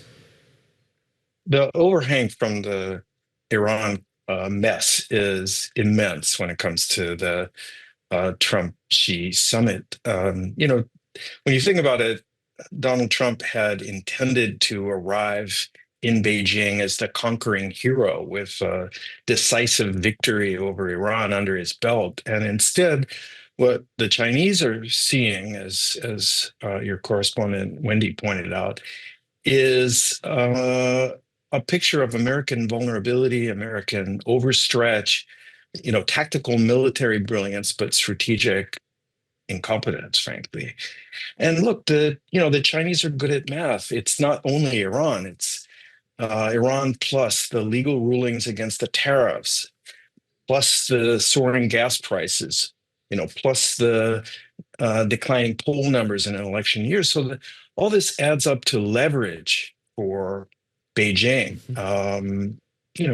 Trump needs Beijing's help to get Iran to negotiate, to compromise, and he certainly can't afford to let China actually help Iran. And so the bottom line is that means that Xi Jinping holds the high cards now. Do you think that's why we haven't seen China get overly involved, either verbally or even, you can debate how behind the scenes involved they have been in this conflict, but they've really held their fire when weighing in. Is it because they are waiting for the moment, like you just said, where the U.S. has to come with hat in hand and ask for their help? Well, Yeah, I'd say the first reason is to quote Humphrey Bogart in Casablanca, I stick my neck out for nobody. Great movie. One of my favorites. Please carry on. The Chinese are not about altruism. It's all about China. They're focused on their own interests. And their own interests now are not getting stuck in the middle of a complicated diplomatic and military mess in the Middle East. It's to protect their own shipping, to protect their energy imports, and to stop the kind of economic damage from high energy prices that are suppressing demand for their exports. And at the same time, they don't want a direct confrontation with Washington. So they're perfectly content to have Trump on bended knee ask for help. But they've only barely gone through the motions of diplomacy in the Middle East, just general statements, some phone calls, meeting with the Iranian foreign minister, calling for peace, calling for the Hormuz Strait to be reopened. But they're not going to take ownership of a problem created by the U.S. Danny, I think we're all familiar with that tableau, often in the Dayutai guest house in Beijing. Long tables, very far apart. The Chinese on one side, the U.S. on the other. We were talking with Nick Burns yesterday, whom I know you know well, just about the difficulty of having a kind of spontaneous, even constructive conversation when you have that kind of setup. He said he was quite optimistic there would be a moment at this summit at which President Xi and President Trump would meet one-on-one, perhaps sit in chairs a little bit closer together and have the opportunity for a conversation. It made me wonder how much the personal side of this matters. Our colleague here at Bloomberg, Sean Donnan, who covers trade and economic issues, writes about maybe that's the most important part of this. Yes, it's a long agenda, but fostering some sort of open communication, developing that once again would be a really crucial outcome of this summit. How important is it to fly all that way and to develop that relationship so much as President Trump can?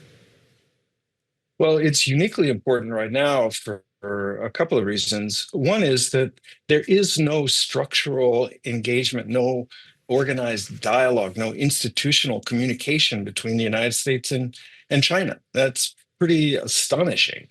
There have been fitful interactions between the Treasury Secretary and the Vice Premier over trade issues, but nothing you could really call substantive negotiations. Virtually nothing on the strategic, political, geopolitical side. So frankly, leader-to-leader engagement is all we got. The problem, and the second thing I'd add there is that Donald Trump is very, very much a do-it-yourself kind of president. He's a one-man band. He does not generally work through delegates. There are a few exceptions, but those are his friends, cronies, and relatives, not the institutions. But at the same time, David, Xi Jinping is a hard-boiled Leninist. This is not a touchy-feely kind of guy. And even though the president said he's expecting a big warm hug from Xi Jinping, yes, that's not the Xi Jinping I know. So I think that there will be definitely, hand-to-hand combat, some direct talks between the two leaders. Yes. Donald Trump is not rigorous about sticking to an agenda, so there'll be some free-form diplomacy here. But I don't think that either one of them are in problem-solving mode. This summit is about kicking the can down the road. Yes. It ironically is a lot like the ceasefire in Iran, which is, low-grade fighting continues. There's some jaw talk, but both sides are rushing to try to rebuild their capabilities for the coming battle. Danny, we'll leave it there. Danny Russel, former Assistant Secretary of State, appreciate your time on this Sunday. Thank you very much. TBD if that will be the beginning of a beautiful friendship between those two leaders or not. All right, a federal trade court says President Trump violated the law with 10% tariffs he imposed on most U.S. imports. This is, of course, another legal blow to the White House, which has been trying to execute its trade war without permission from Congress. Burlap and Barrel is a small spice importer, and it's one of the plaintiffs that sued to get this result. We talked to the co-founders and co-CEOs, Ethan Frisch and Ori Zohar, along with Sara Albrecht, the chair and CEO of the Liberty Justice Center, which represented them. We started with Sara asking about the provision the Trump administration used to impose those tariffs.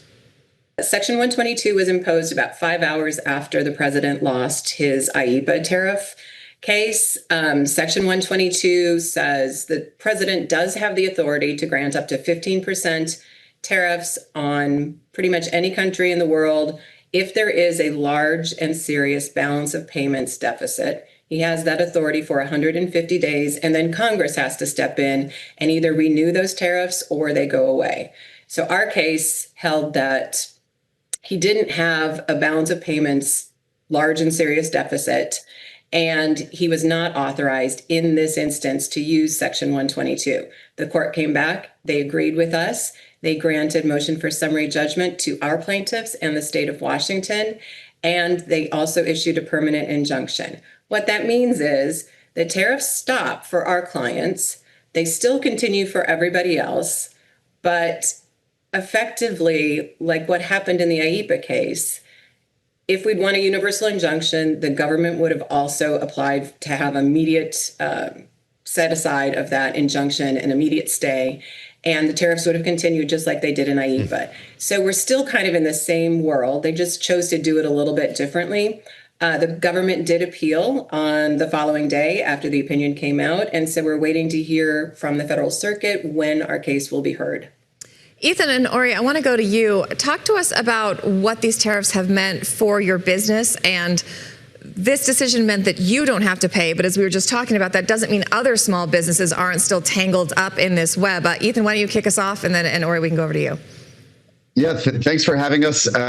Ori and I are the co-founders and co-CEOs of Burlap and Barrel. We're a single origin spice company, a direct importer of spices from all around the world. We're a very small company. We really grew up during COVID. So navigating all of this has been quite challenging. We were incredibly gratified and thrilled to see that we won the case. I mean, huge kudos to Sara and Jeffrey Schwab and the Liberty Justice Center.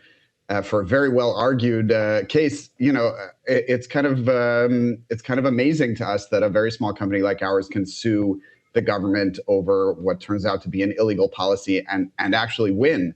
The tariffs have had a pretty significant impact on our business over the past year. $200,000 paid out under the IEEPA tariffs, plus additional tariffs under Section 122. So it's been a challenging situation to navigate overall, but we're thrilled to be in this position.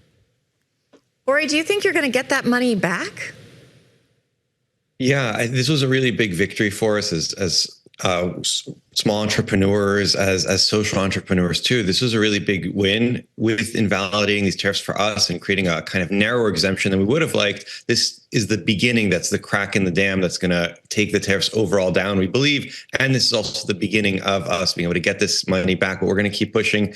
This never was a case just for Burlap and Barrel. This was always about invalidated this overreach tariffs in order to support not just us, but the rest of the small businesses across America. Ethan, walk us through your decision to file this suit to push back against these tariffs for you to get hooked up with the Liberty Justice Center. I imagine there are many hundreds, many thousands of small businesses who have been under the same pressures that you've been under. Why did you decide to take the step of fighting this in court? Yeah, it's a great question. We are a social enterprise, a public benefit corporation. So social impact, positive social impact has always been at the heart of what we do, from working with small farms around the world to now pursuing this lawsuit. We've been following the IEEPA case over the past year quite closely. We filed an amicus brief. So we had been in touch with Liberty Justice through that period. But ultimately, the decision to file this suit was a quick one. We had a couple of days essentially to make a decision. I was stranded in India because of bombing in Iran. You know, it was just sort of a difficult moment to make a big decision. But we were really excited to pursue it. You know, it wasn't a hard decision, even though we had to make it quickly, because we knew that this the right thing to do. And as you said, there are hundreds, if not hundreds of thousands of importers across the country. And where are the big corporations? We're a tiny little company, just to emphasize, we're an e-commerce retailer. We sell through our website. We're not a big spice importer, even in our own world, let alone, compared to other big importers of other products. Where were all of the big corporations who had the budget, had the resources to push back against this policy? The only lawsuits that they filed were for their own refunds, purely self-interested. And as Ori mentioned, we're really doing this to support small businesses in particular across the country. We felt like somebody had to stand up, and for various reasons, we were excited to be the ones to do that. I want to ask you about your product because, spices are the OG international trade going back millennia, right? This is what started international commerce and trade routes and kind of shaped the world we're in now. Part of this tariff is the president trying to get people to manufacture products in America.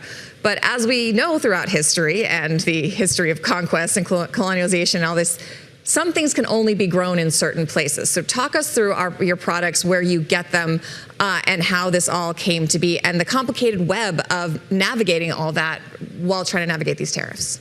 Yeah, great question. When Ori and I went on Shark Tank a couple of years ago, we joked that the spice trade is the actual oldest profession in the world. It's not just the sort of biology or botany of where certain crops can grow, but also the longstanding traditions of growing those particular crops in different places. So sure, you can't grow cinnamon in the United States, but we work with some really specialized cinnamon producers in central Vietnam. They grow a unique species, a rare species. We're the only company to import it. We call it royal cinnamon. It has a long history associated with the royal court in central Vietnam.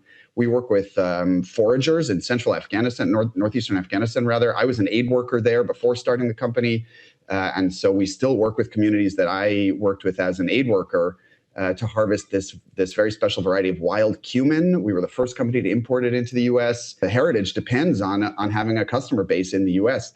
And that's what we do as a company on a daily basis. And that's really what the tariffs have kind of attacked in particular is these specific supply chains from places that grow really unique products. Ori, let me ask you just about the weight these tariffs have had on the business. We've heard of a lot of companies having to wrestle with whether or not to pass on additional fees to their customers.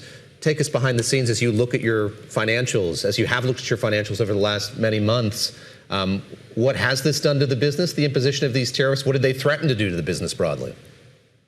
So when the reciprocal tariffs first came out back in last April, we looked at our business and said, what can we do? We can't bring Vietnamese cinnamon from everywhere else. We can't bring in herbs de Provence, not from Provence, which is what we do as a business philosophically. That's where you get the best spices in the world from.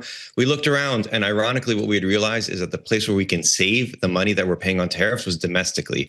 So we started looking at how fast do we ship things. We started saving money on cardboard and corrugate. We started looking at slowing down hiring and all these things. So the big irony of all this is that in order for us to keep prices steady, not raise prices, not push prices back onto the farmers to kind of cover these tariffs, what we ended up doing is all the savings came domestically. And with the IEEPA tariffs being refunded, also thanks to the work from the Liberty Justice Center, that money that's coming back to us, which is in the low six figures, is going right back into the American economy and right back into investing in our own business. And we want the exact same outcome from these Section 122 tariffs in the same way. Sarah, what's next? Do you have to wait for this to get kicked up to the appeals court? Do you have any kind of timeline for this? And do you have other businesses coming to you and wanting the same result? Yes. So on Friday, the government did file their notice of appeal to the Federal Circuit Court. So we are waiting on that court to issue a briefing schedule and set a hearing date. I'm hoping that, like with the IEEPA case, they expedite this. It's in their best interest. I think the government would want that too, so they can get this settled once and for all. And we really need to get relief for these businesses that have not only been forced to pay the IEEPA tariffs and wait for their refunds. Now they're paying these illegal tariffs, and it just has to stop. Sarah, what can you say about the government's capacity to defend the tariffs that the president has put in place here? I think there has been some speculation from the get-go that there are perhaps specious arguments from the president about the national security justifications, for instance, on the previous tariffs, on his use of these in this novel way. As you've gone through this process, how formidable were the opponents that you were up against? They had an argument that made sense for them. I think we had a stronger argument. The court really focused on the statutory interpretation and what was going on in 1974 when Congress passed the Trade Act. Well, we were in a much different world, and the balance of payments deficit crisis can no longer exist in a floating rate exchange rate world, which is what we are in now. So the government was arguing that a trade deficit is in fact the same thing as a balance of payments deficit. We argued that it wasn't. The court agreed with us. All right, breaking news. According to Iranian media, Iran has submitted a response to the U.S. proposal. That response was sent via Pakistani mediators. That is coming from Bloomberg. It is live in the terminal right now. Yeah, we're going to continue to dig into this as we get more information. Obviously, this is the response to that one-page proposal that the U.S. submitted to the Iranians via Pakistan, as you mentioned. And it was one that didn't deal with the nuclear issue exclusively, was to reopen the Strait. And so we'll see what they have to say in response to that. This is a two-tier proposal. First that, and then the other. But the question is, will the U.S. be willing to give up that leverage before going into nuclear negotiations? It's Bloomberg This Weekend. We'll be right back.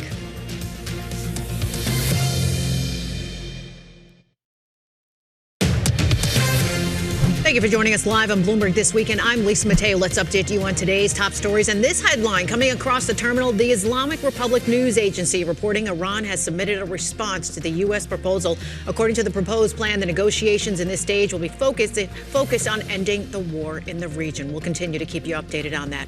In other news, Russian President Vladimir Putin said the conflict in Ukraine is nearing its end.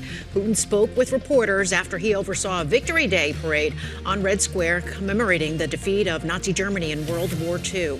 As for the parade itself, well, security was tight, but it was a bit scaled down. There were no tanks or heavy weapons, a first in nearly 2 decades.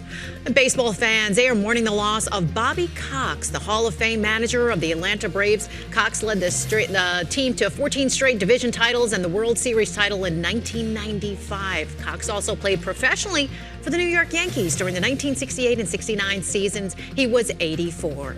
To the NHL playoffs, the Carolina Hurricanes completed a second-round sweep of the Philadelphia Flyers last night with a 3-2 overtime win. The Colorado Avalanche, well, they lost to the Minnesota Wild 5-1. Tonight, the Buffalo Sabres, they take on the Montreal Canadiens, and the Vegas Golden Knights battle the Anaheim Ducks. Over to the NBA, the Oklahoma City Thunder, well, they beat the Los Angeles Lakers. The Thunder led 3 games to none in that series. Also yesterday, you had the Cleveland Cavaliers. They beat the Detroit Pistons. Detroit still leads that series 2-1. Today, the big game. The Knicks have a chance to sweep the series when they play the 76ers in Philadelphia, 3:30 p.m. local time. David and Christina. We are just weeks away from summer vacation when families will be traveling across the country and around the world. After that, of course, Europe's vacation month begins in earnest in August. And between conflicts in the Middle East, possible fuel shortages, and ballooning flight costs, there are a lot of questions about upcoming travel. So is travel insurance worth it? A journalist with Bloomberg Pursuits, Sara Clements, wrote all about it and is here to discuss, joining us from a lovely shot in California. Sara, we're all very jealous, but thank you so much for being with us. Thanks for having me. All right, so in your piece, you start out by talking about this guy who'd booked tickets to Saudi for a conference, and he knew that it was kind of risky, so he bought the flight company's travel insurance, right? And then he figured he would be good because he got a non-refundable ticket, but he bought the flight insurance, and then he said, sorry, we don't cover war, and he was on the hook for it. Is flight insurance worth it in times of uncertainty and conflict? What does it cover? What doesn't it cover? That is an excellent question, and it's a question a lot of people are asking these days. As you pointed out, things have been really messy on the travel front. And the anecdote you're talking about was, yes, exactly that. A professor was going to Saudi for a workshop, and he bought the travel insurance that was offered with his flight, and it said it would protect his trip. And he looked at the fine print, or at least he skimmed through the fine print, and he thought, gosh, this covers a lot of stuff, so I am good. And his trip was derailed by the military action in the Middle East, and he discovered that he was, in fact, not covered. That's happening a lot these days, unfortunately. And if I had one piece of advice for travelers, and it's such a drag, but it is so important, read the fine print and really understand what it is you are getting when you buy travel insurance. You have been reading the fine print, and I'm curious, just generally speaking, what travel insurance does cover. Is it natural disasters? Is it delays one might encounter if there is maybe not full staffing at the airport? What will travel insurance get me if I do in fact get it for a flight? Great question. So here are some of the things that travel insurance is great for. Let's say you get sick before a trip. Let's say you get sick on a trip. Let's say that your flight is delayed for, overnight and you need a place to stay. Let's say your luggage gets lost. Let's say your flight gets canceled and you now need a way to get to your cruise departure point. Those are things that travel insurance is really, really good at covering. Here are some of the things that travel insurance is not good at covering. If, say, there is an invasion of the country where you are visiting, you are going to be out of luck. Or let's say that your flights, as happened to so many people this year, let's say that your flights are completely canceled. You have no way out of a nearby location because of a war or a military action. You are also going to be What about sadly, if your airline goes out of business? Oh, good question. Yeah. That's a great question. Super relevant right now. If your airline goes out of business, yes, generally you are going to be covered. Okay. And you need to look for that particular clause in your travel insurance because every insurance policy is a little bit different. But you want to look for the clause that says that if your travel company goes out of business or stops operating for financial reasons, that you will be covered. Because of course, if the company goes out of business, often they are not going to be giving your money back. There is something called cancel for any reason insurance. More expensive, more all-encompassing. What do I get for that if I pony up the extra money for it? The extra money. So cancel for any reason insurance, you'll also see that called CFAR. The funny thing is that's what people often think they're buying when they buy travel insurance, but it's not. Cancel for any reason insurance means that if you get nervous about your trip, you can cancel it. If your kid gets into the championships and you don't want to miss their game and you want to cancel your trip, you can. That said, there are a lot of catches that go along with cancel for any reason insurance, CFAR. One is, as you pointed out, it's expensive. It can cost up to about 18% of the cost of your trip. Two, it's not interruption for any reason insurance. It's not almost got to the end of my trip and decided to go home early insurance. It is cancel for any reason insurance, so it has to be activated before you go on the trip. All right. What about something like hantavirus, something we're hearing a lot about right now? Global pandemics, plagues, viruses, norovirus, are those kinds of things covered with regular travel insurance? You know, it's really going to depend on the individual circumstances. So one thing that I personally recommend as somebody who travels a lot is to have medical evacuation insurance that you can also add crisis insurance too. These are companies, I call them insurance. They don't like being called insurance. They're technically membership organizations, and they can cost a few to several $100s a year. And what you get is assurance that if something happens, an emergency where you need to get home and you're at least 150 miles away from home, that they will take care of that. So COVID, or something like COVID, where a country gets shut down, or there's political unrest, or there's a terrorist attack, or you fall and break your leg really badly and you can't get the treatment you need where you are. Those are the services that I would use to make sure that I can get home. Those kinds of expenses can also be very, very costly. I talked to, a while ago, I talked to somebody who was on the medical team at Burning Man, and he said that if you need to get evacuated from Burning Man, it can cost you tens of thousands of dollars. So in that case, it feels like it's really worth it to pay a few $100s to be covered for a year. If I ever decide to go to Burning Man. Yes, there's a medical team. I think David seems as likely to go to Burning Man as I do, but you know what? It's a good note. It's a good note to file away. Sara Clements, thank you very much. You go on a cruise. Same thing. Get it for that. Sara, thank you again. Sara Clements for Bloomberg Pursuits. Thank you so much. Thanks, Sara. Thank you. It has been you haven't been to Burning Man? Do I look like someone who's been to Burning Man? Again, I think we'll leave that to the viewers and listeners equally to decide. likely I'm not to gonna attend Burning Man. But I do travel a lot. It is a good reminder Yeah. as you're going on a trip soon to check your travel insurance. And if you're traveling in the Middle East, things are maybe not calming down. Maybe, I don't know. We've got some breaking news. Iran has submitted its response to the latest U.S. proposal to end 10 weeks of conflict. The state-run Islamic Republic News Agency is reporting that today.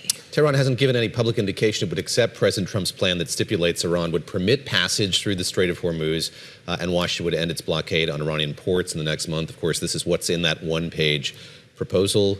Now, several days ago, we first had the reporting from Axios, learned that it was transmitted to the Iranians via the Pakistanis and that the Iranians were weighing it. But this has been a slow, drawn-out process, despite the president's eagerness for this to be resolved more quickly. It has, and the messaging from the president has been rather patient. We kept asking, when is this coming? You know, he said it's coming. And when it comes to, this is a ceasefire, it's a pretty skirmishy ceasefire. We've seen exchange back and forth in the Gulf, and President Trump was asked about it, and he says, he's not worried about it, trying to get to these negotiations. Drone attacks as recently as this morning. So we're going to wait further news on this, further details on that response from the Iranians, of course, bring those to you as soon as we get them here on Bloomberg Television, Bloomberg Radio, and at Bloomberg.com. This is Bloomberg This Weekend. Stay with us. We'll be right.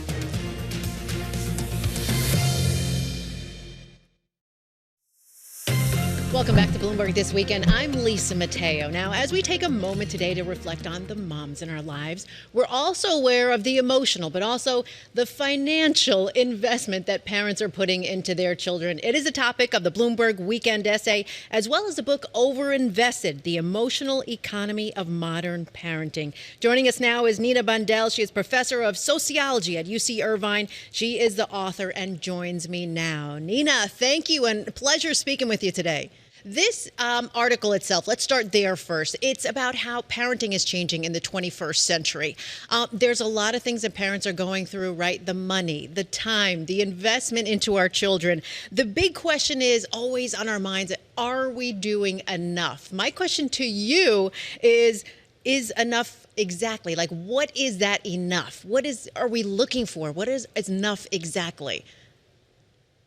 Well, thank you so much, Lisa, for asking this question, because lots of parents are so concerned and so exhausted these days because we invest emotionally and financially and we want to do the best for our children.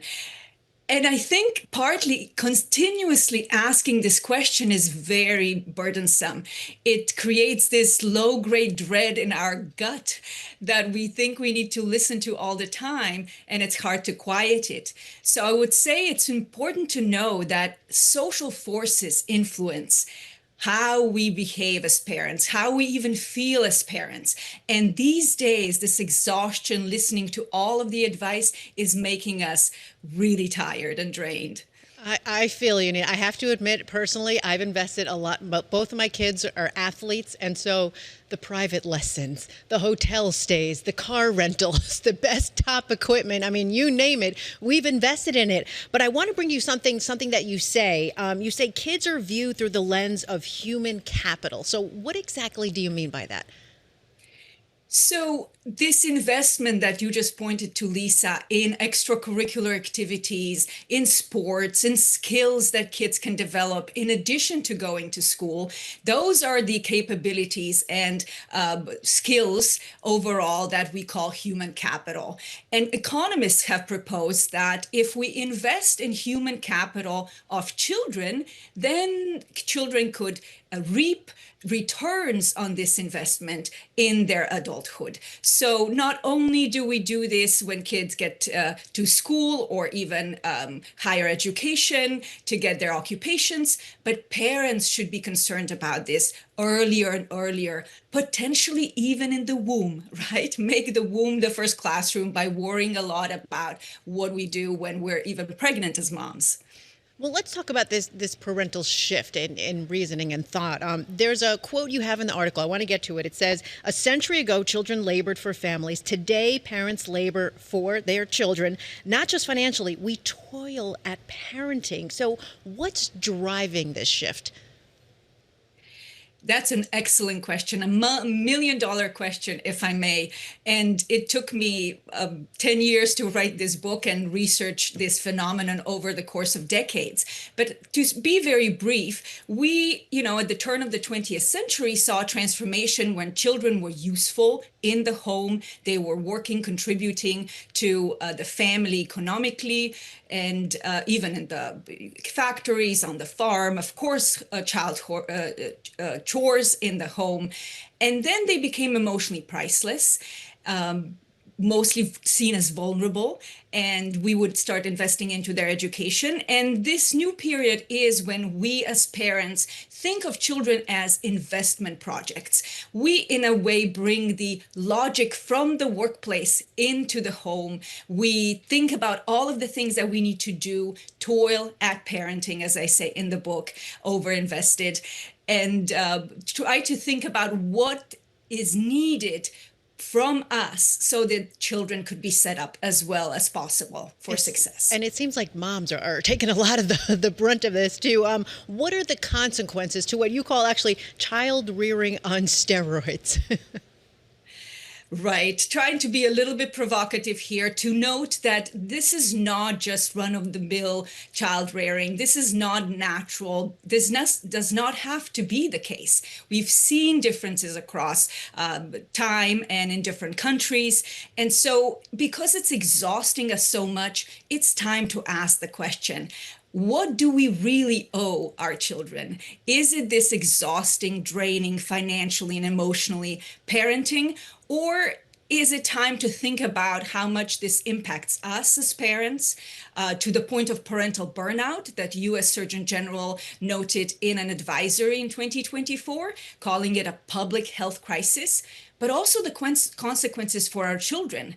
Are they doing all right with all that over-involved parenting? Well, Nina, you're a mother yourself. How do you find that right balance? What's the answer? Very, very hard. I will be the first one to admit that it's so hard to change. It feels impossible to do differently. And I live in the same reality as everyone else. But it is social pressures and social norms and the structures that we have in our society that are not very supportive of families, that influence how we are in this modern parenting reality, very troubled parenting reality.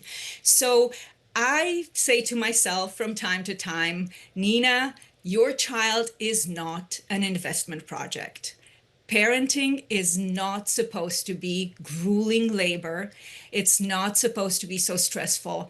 What can we do differently today? How can I seek other moms to think about this together? Because only as a society we can make true change. Oh, Nina, you make it sound so easy. Thank you so much. Really appreciate the time. The name of the book, again, is Overinvested, The Emotional Economy of Modern Parenting. Thank you so much, Nina. We'll have more of Bloomberg This Weekend coming right up.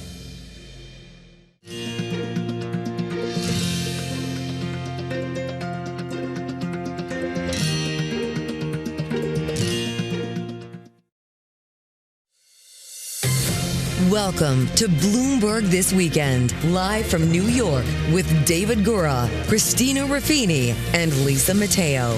The latest headlines, key analysis, big interviews, and the stories that hit home on your days off.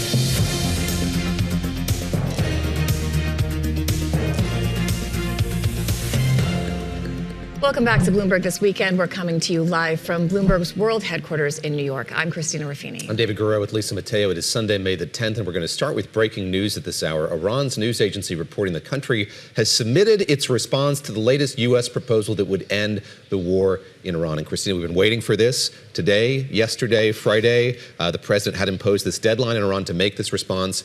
Though it didn't happen over the course of the last few days. Now we're just waiting for details on what's in that response. And something to remember, we've also been talking about this is not a about nuclear negotiations. This is about ending the ceasefire. That is a separate discussion. And opening that Strait. And there is a sequencing issue as to which one of these gets settled when. We're going to dig into that with our White House team. But first, we want to go to Lisa Mateo for the headlines. You got it. And no word again on what that does entail. But if you remember, Iran's foreign ministry spokesperson, they had previously said that Tehran's views regarding the U.S. proposals, they would be sent once internal reviews and final conclusions were completed.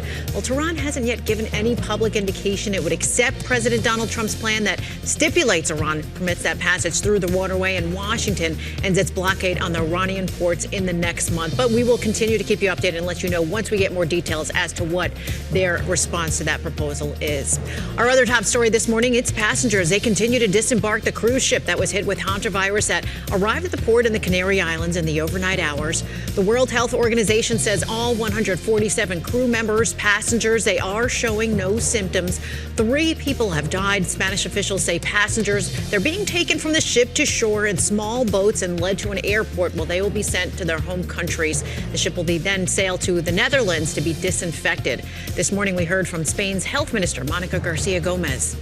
This unprecedented operation is going as planned. At 9:30 in the morning, the Spanish passengers has started to disembark. Right now, the plane going to Madrid has left. In other news, the British military says a bulk carrier caught fire after being hit by an unknown projectile off the coast of Qatar. The fire, it was extinguished. There were no reported casualties.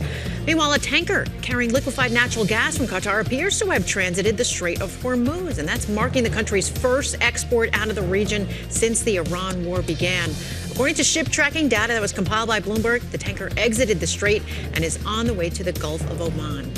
New audio been released of Frontier Airlines pilot speaking with air traffic control moments after the plane struck and killed a pedestrian on the runway at Denver International Airport.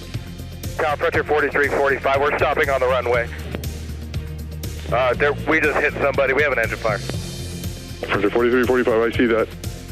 The FAA said the pedestrian, who was not believed to be an employee, jumped over the perimeter fence and was killed 2 minutes later. That person was reportedly at least partially consumed by one of those engines.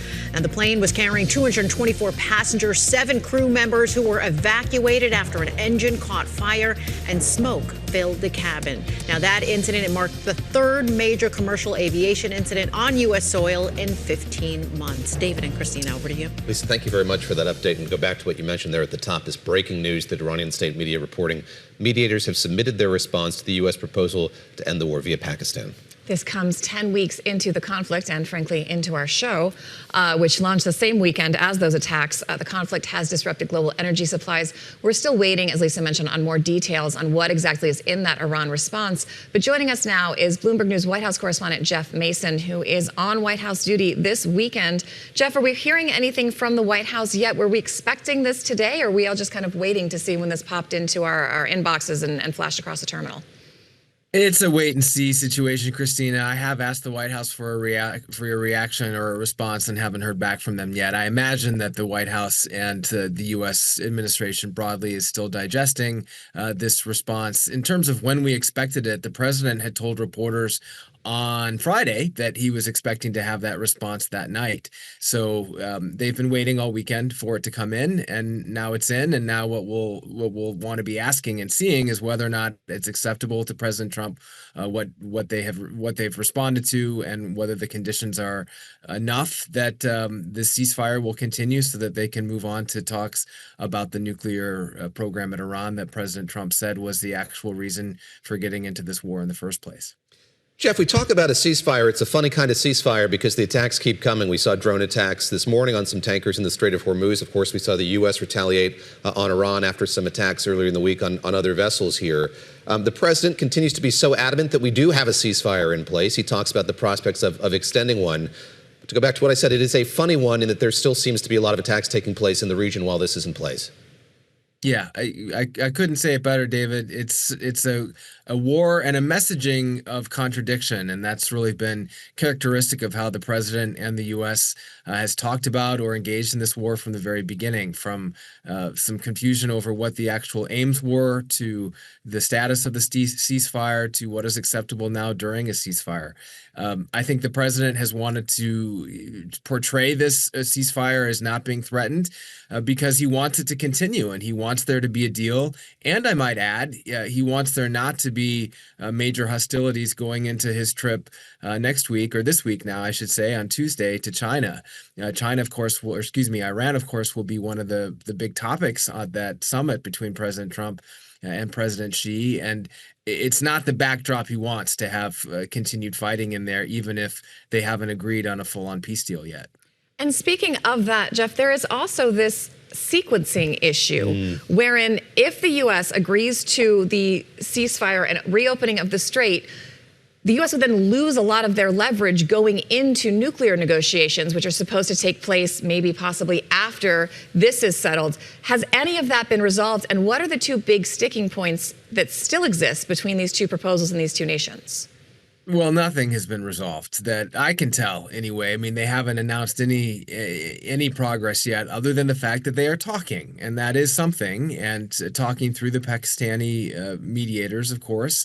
But you're spot on, Christina, to mention that in terms of the Strait of Hormuz, and that is another broader consequence of this war in general. Iran has ended up flexing its muscles and its leverage with the Strait in a way that it never had before this war, and so that will be a really interesting thing to see is how the two sides work that out going forward. I think the U.S. would like to see Iran not involved at all in governing how ships get through the Strait of Hormuz.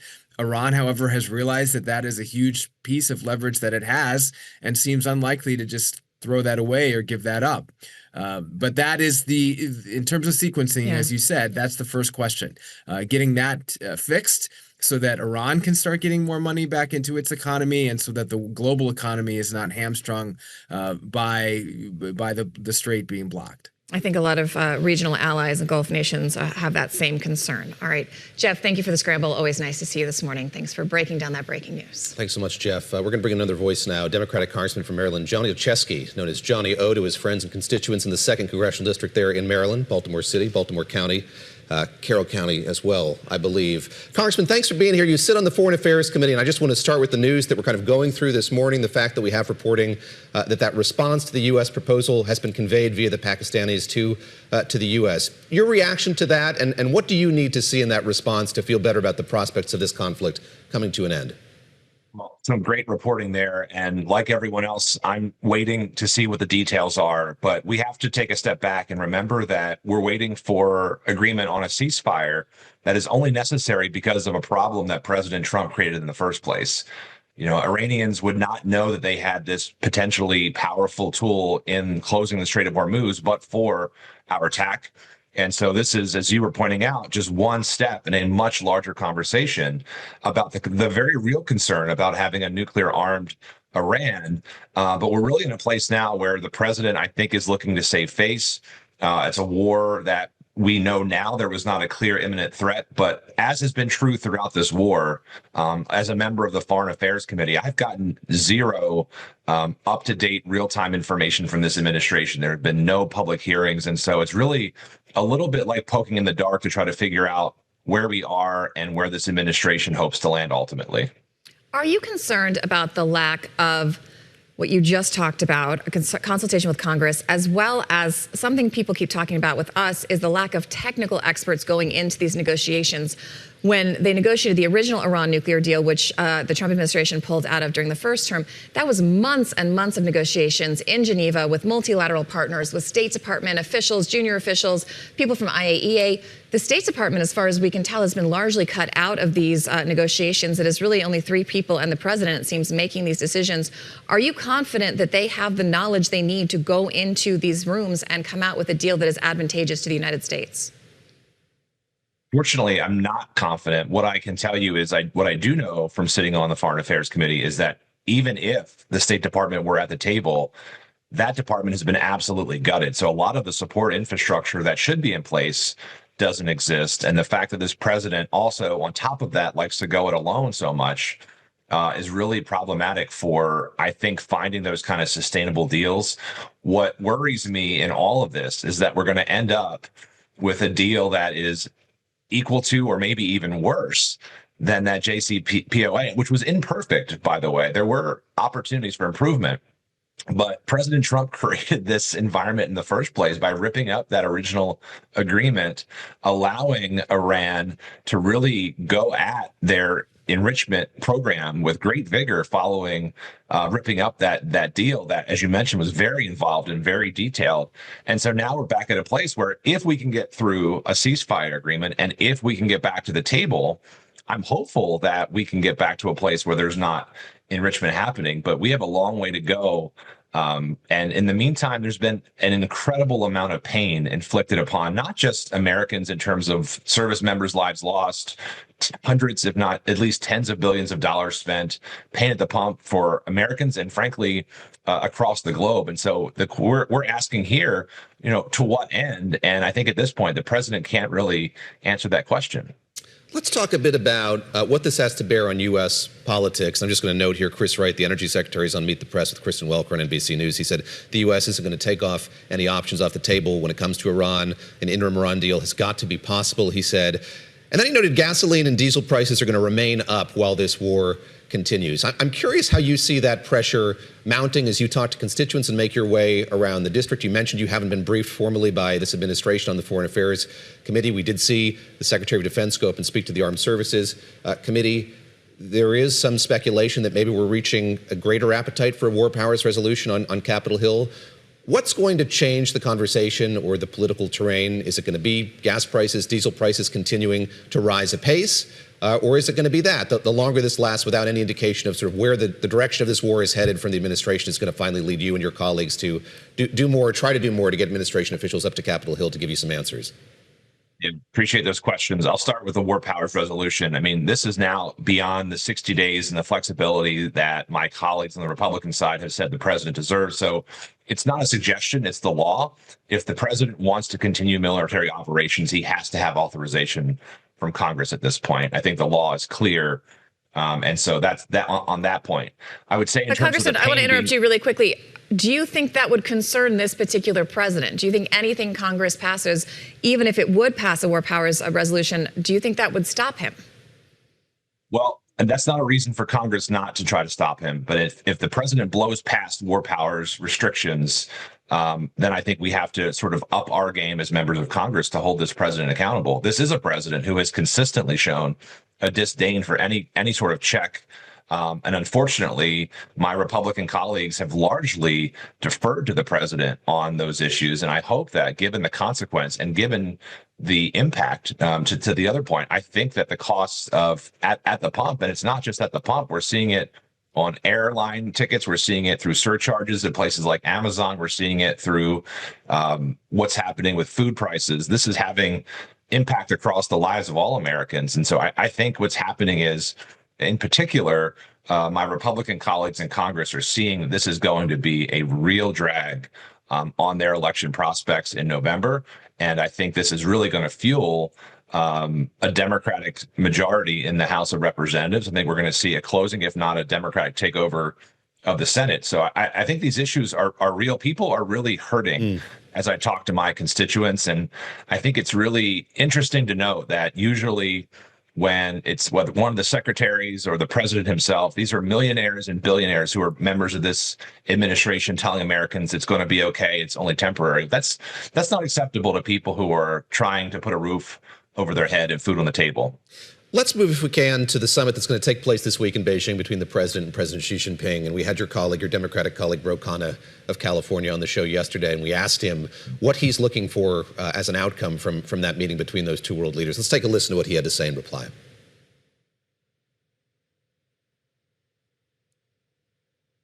Maybe.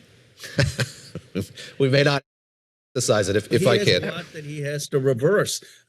We've had China hold us hostage on rare earths and critical minerals. I want a deal that actually helps American farmers, American shipbuilders, American manufacturers, and I hope he will work to get that. He hasn't so far. Apologies for that delay. Congressman Khanna, looking for an economic resolution to come out of this meeting in Beijing. Similar goals on your part. What would you like to see these two leaders announce at the end of those meetings? I think that's part of it. What I can tell you is this is a president who's been very soft on China. The one place where he's been hard is on tariffs, and that has negative impacts for everyone. No one wins in a trade war. But what we do know is that this president's been very soft in terms of advanced chips and the selling of those. And that really is, I think, putting our national security at risk. You see a ton of pieces of legislation around export controls in the Foreign Affairs Committee. And I think it speaks to this concern of the way this administration is acting and in general on the issue. So yes, in addition to what Representative Khanna had said, I actually want to see our president take a harder stand on some of these export control, some of this advanced chips, and looking more in the American interests. I'm also looking to making sure that President Trump takes a much more affirmative stance in support of our friend and partner Taiwan. I know that I just introduced bipartisan legislation. I'm a co-lead with Representative Kim that would have the United States do a survey of all the potential responses if there were to ever be an invasion of Taiwan by China. And so I'm hoping that the president not only step up for American farmers and American interests from a national security perspective, but also to be a much more ardent supporter of Taiwan's interest in these meetings. Johnny O, Congressman John Olszewski joining us. I can't have to call him that. I feel like we can. You can. I feel a level of familiarity here over the course of this interview. People call you that. I'm not making that up. Is that right? That's right. That's right. There you go. It's a former school teacher. I've read the bio. Congressman, thank you for being here and for putting up with us this morning. I will have to have you back sometime. Yes, Appreciate please. you.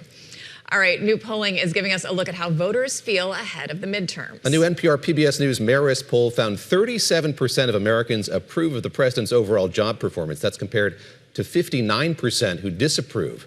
We put those new numbers to Joe Gruters, chairman of the Republican National Committee. I think the president's doing a great job, and I think the voters will respond in November favorably.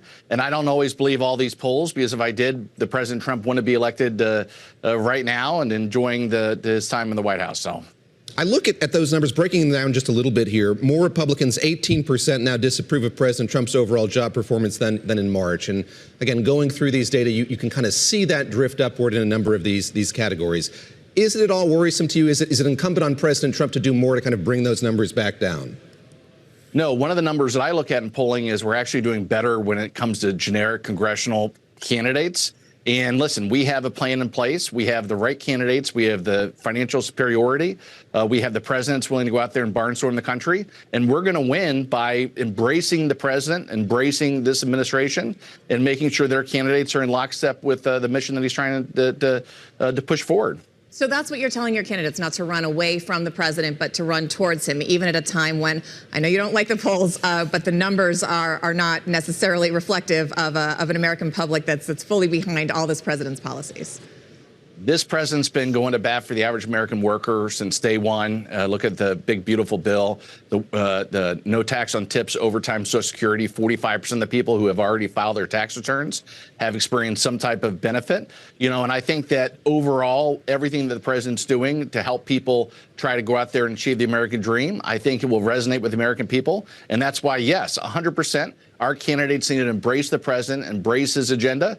And if they do that, we're going to be successful in November for sure. I mean, traditionally, the economy is one place where Republicans have done really well, but the numbers here are not quite as strong. 61% disapprove of how the president is handling the economy. That's up slightly, 58% from March.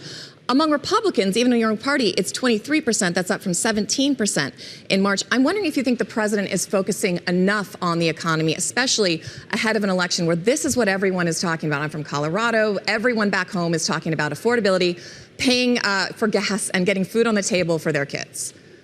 Affordability will be the #1 issue in November, but how soon people forget that under Biden inflation, we had the highest gas prices ever. We had the highest inflation ever at 9%. The president, when he took office, he immediately got that under control. And yes, we're experiencing a temporary issue with the conflict in Iran. But I always tell people this is short-term pain for long-term gain.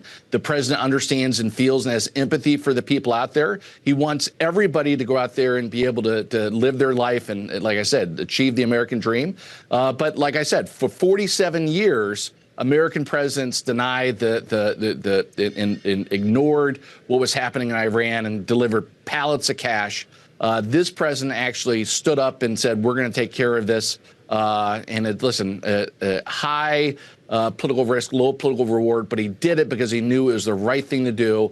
And I think by November, we're going to be back. I talked to Secretary Bessent. We're going to be cranking. The president's fully committed to doing whatever we can to move things along, and I expect things to happen. So you say affordability is the main issue here, but you open the door to us talking about the war, which of course is front and center right now. Mentioned gas prices as well. So 8 out of 10 Americans say higher gas prices are a strain on their finances. I'm curious sort of what your message is to those Americans who you're asking for patience from. What's your message to them who are worried about being able to fill up their tank, worried about the consequences of this war perhaps dragging on? Well, like I said, short-term pain for long-term gain. America will be 1,000 times better off without a nuclear weaponized Iran. And this president's doing what should have been done a long time ago. I'm thankful that for him and his administration and the leadership that he's showing to do the right thing. It's not always what's the politically easy to do, but it's doing the right thing to make sure that he's putting all Americans and making sure that we're safer, not only here at home, but abroad. But short-term pain for long-term gain, I mean, that's a nice thing to ask people to do and give you the benefit of the doubt. But if you're really struggling, if you're paycheck to paycheck, you don't have months and months to be under this kind of financial duress. And I wonder if you think Republicans have enough running room. November is not that far away. This is not something you can just turn the switch back on. Do you really think that this is going to get resolved and prices are going to go down before voters go to the poll and have to make a decision whether to give this party another chance? I do. I always have thought this conflict was temporary. I know the president's working on it. I know right now the conflict has ceased, and they're trying to do everything they can to bring gas prices back down. But don't forget, under Biden, it was more and there was no conflict. So the fact that where we're at today, although it's painful, it is temporary, and the president's totally committed and focused to making sure we can get prices back down to where they need to be. Let's talk a bit about redistricting. So there are these elections in Indiana this week, and candidates the president backed defeated other Republicans in the state of Indiana. I'm curious what that says to you. Yes, about the electorate, but about your approach to the job and the influence that the president has in kind of determining who should be congressional candidates in this election.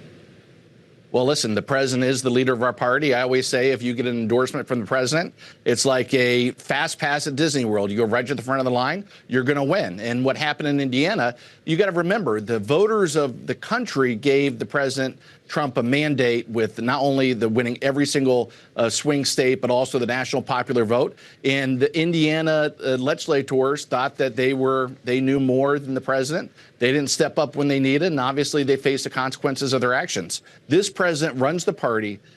Everybody is united within the team supporting President Donald J. Trump because we believe in what he's trying to do in terms of move America forward. And I think that as a result, we'll all be much better off as a party.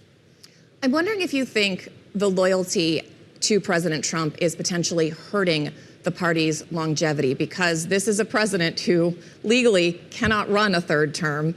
Will the party know its identity? Who are you without President Trump? And should candidates and individuals like yourself be working more to define that? Well, we have such a deep bench within the Republican Party, and we have so many issues we could run on where the left, they just keep on running further and further to the left away from the mainstream. And as a matter of fact, the Democrat Party they have no issues because they used to be the party of the working man. And for, not only them, but for 50 years, Washington elitists have abandoned them. And it was this president that, when he was elected, went to bat for them. And so as a result, they have no issues other than the fact they hate the president. I call it not only Trump derangement syndrome, I call it American derangement syndrome. It looks like the left is always rooting against our country with everything that we're doing, whether economically, foreign policy, and their candidates are becoming more and more radical. So, and they have no bench.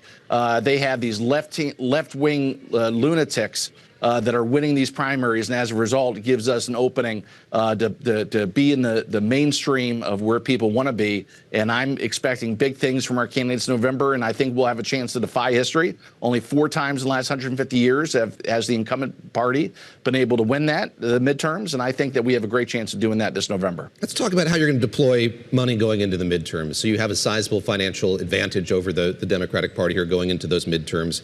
How are you going to deploy that money to kind of meet that objective that you described, bucking history and having that Republicans hold onto their majorities? Well, you got to look at the maps that we have. And on the Senate side, we have great candidates like Rogers in Michigan, Sununu in New Hampshire, Whatley in North Carolina. Senate, I think we're going to pick up seats. In the House, with all the gerrymandering that's occurred and all the redistricting across the country, you're looking at really there's only 35 competitive races in the entire country. With the financial resources that we have, we're sitting on 120 million at the RNC. I think the DNC is sitting at minus 4 million according to the last reports.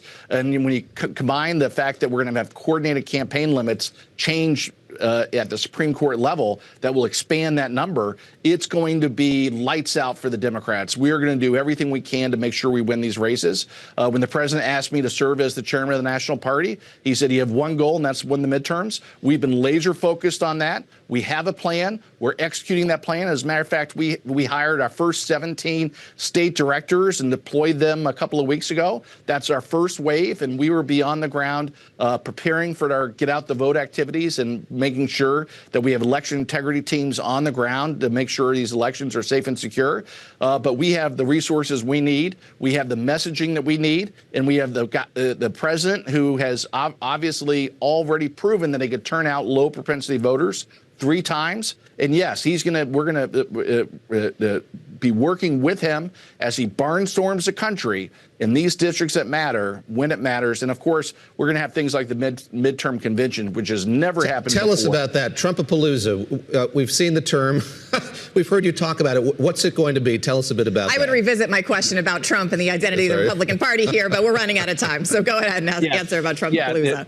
Well, Trumpapalooza is going to be amazing. It's our way to highlight all the amazing things the president has done with real life examples, with some of our great candidates, with some of our great elected officials. And we're going to use that and to catapult the president as he goes and barnstorms the country. That will be the kickoff. And we're gonna run, and he's going to campaign, because we know what happens if the Democrats somehow win the House or the Senate. They're going to investigate, they're going to obstruct, they're going to impeach. They already said what they were going to do. We have to make sure we come together and give the president a full 4 years, keep this momentum going. He's the best president we've ever had, and we got to do everything we can to support him and his administration. When and where do we expect Trumpapalooza to take place? I would expect somewhere, we are still finalizing those details, but I would say late summer, right before early voting starts. All right. Joe, thank you so much for joining us. We appreciate it. Thanks so much for having me. Trumpapalooza. All right, we've got perspective from both sides there, and we'll have our political panel with both sides here shortly. But first, congressional maps for the year's midterms are set to look drastically different than they did 2 years ago. The Supreme Court struck down Louisiana's congressional map, erasing its majority black districts. Virginia's top court ruled against its new congressional map. Florida gave final approval for a new map, creating up to 4 House seats, likely won by Republicans. South Carolina looking to redraw its map, where only 1 district is held by a Democrat. Tennessee creating a new congressional map, splitting the state's only majority black district. And Alabama has asked the Supreme Court to allow its map with only 1 majority black district. So what do these new maps mean for voters, for future presidential elections? Bloomberg Opinion's senior executive editor Tim O'Brien is here to discuss. I'm going to venture to guess you're not headed to Trumpapalooza when and where that happens, Tim. I feel like we should be singing the Yeah song. Let's get a van. Let's get a VW van and go together. Yes, it'll be a wild ride, and we'll camp out. Tim, let me just get your reaction to this. This was a war that was ratcheting up before we got that Supreme Court decision on the Voting Rights Act, before we got this news from the Virginia Supreme Court. Where do you see things going from here? It does seem like we could see an America where there are no contested districts across these great United States. Well, I think, David, we're in the early innings of what will probably become a redistricting war. And I think we've gotten here because of the White House's, the Republican parties, and Donald Trump's concerns about how the midterms were taking shape. And it's unfortunate because I don't think politicians of either party want to inhabit a Congress in which lines are routinely redrawn midterm.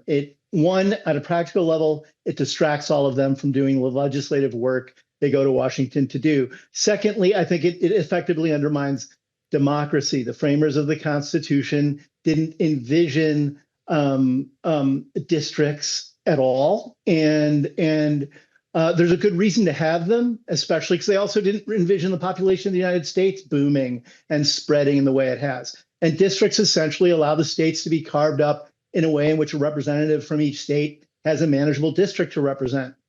What's happened now is they become a political football. They used to be withdrawn. They used to be drawn, every decade after the census was taken. The second they become a political tool, then the maps become suspect, whichever party is finagling with them. And the politically correct term for finagle is gerrymander. And so it raises this issue, apart from machinery and the machinations around it, does it represent a democratic process? Are the voters being heard? Are they being effectively represented? And if they're not, that's a problem. And if districting and redistricting has become weaponized, then it poisons, I think, the voting process. And I think there's going to be much more of this in store. And I don't think either party will ultimately be happy with it. That's what I was just going to ask you, is this mutually assured destruction? My mother always said 2 wrongs don't make a right. And for a while, Wise that seemed to be, Mother's Day, I should when say. they, yes. Michelle Obama, when they go low, we go high. But there has been a sea change, and that's due to pressure both from Democratic voters to want to see Democratic lawmakers take action. But also, they're telling us they feel like they kind of had to do something. But it seems like this could be a short-term game for long-term damage to both parties and to the political system as a whole. I think that's exactly right. The Democrats didn't set this in motion, at least in the most recent iteration. Trump did, and for expressly political reasons, and that's poisonous. And I do think it's a threat to democracy. And even if we come out of this sort of revisiting this, stepping back, curing some of the illness that's been bled into the system, I think it's still damaging. And the Constitution envisioned trying to resolve this tension between mob rule, majority rule, and responsible elected officials. And a lot of those checks and balances in the Trump era, whether it's the separation of powers at the federal level or how voting occurs at the state level, have all been tossed up in the air in a way that's really very damaging. And I think people who care about the rule of law, a democracy, and efficient electoral processes should be alarmed. Tim, last question here, a bit of a curveball, but we did see Abigail Spanberger, the governor of Virginia, signing this legislation into law this week, the National Popular Vote Interstate Compact. A number of other jurisdictions have done this as well. And I'm curious how you see this, coloring that conversation about the Electoral College, whether we should still have it in this day and age, if you think that this is going to add grist to that movement to get away from it.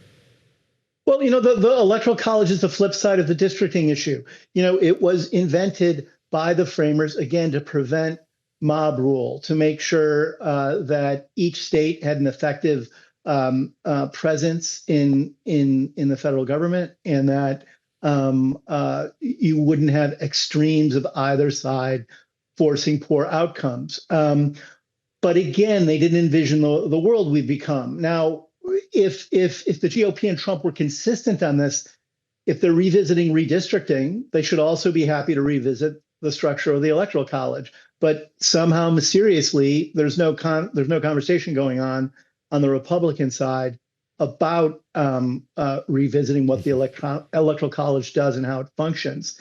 And classic conservatism preserves institutions because institutions over time have shown they have value to a society. So the conservative argument for the Electoral College would be preserve it in its form because it's proved to be worthwhile.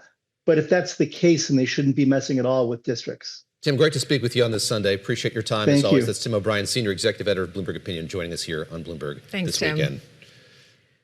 Coming up here, we're going to talk more. I think this is going to be the grist of our conversation. We're having our politics panel coming up next, and I think this redistricting conversation very much is going to animate I've that been a conversation. gerrymandering nerd forever. I feel like this is something that people weren't paying attention to, and now it's all we're paying attention to ahead of the midterms. And Yes. rightfully so, because it makes a huge, huge difference. All right, going to dig into that next here on Bloomberg This Weekend, on Bloomberg Radio, Bloomberg Television, at Bloomberg.com, and the Bloomberg Business app. As we track that breaking news this morning, the Iranians have, according to Iranian state media, conveyed their response to that U.S. proposal to Washington via the Pakistanis. More details on that as we get them right here on Bloomberg.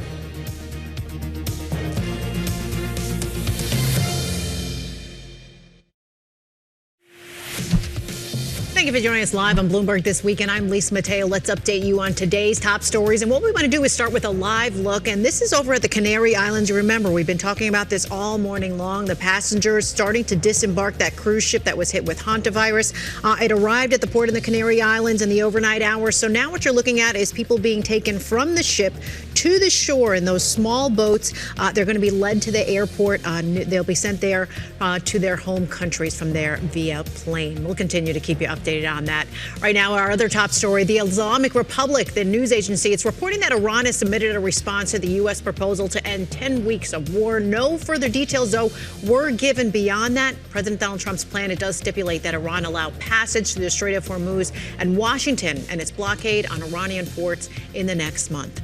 In other news, Russian President Vladimir Putin said the conflict in Ukraine nearing its end. Putin spoke with reporters after he oversaw a Victory Day parade on Red Square commemorating the defeat of Nazi Germany in World War II.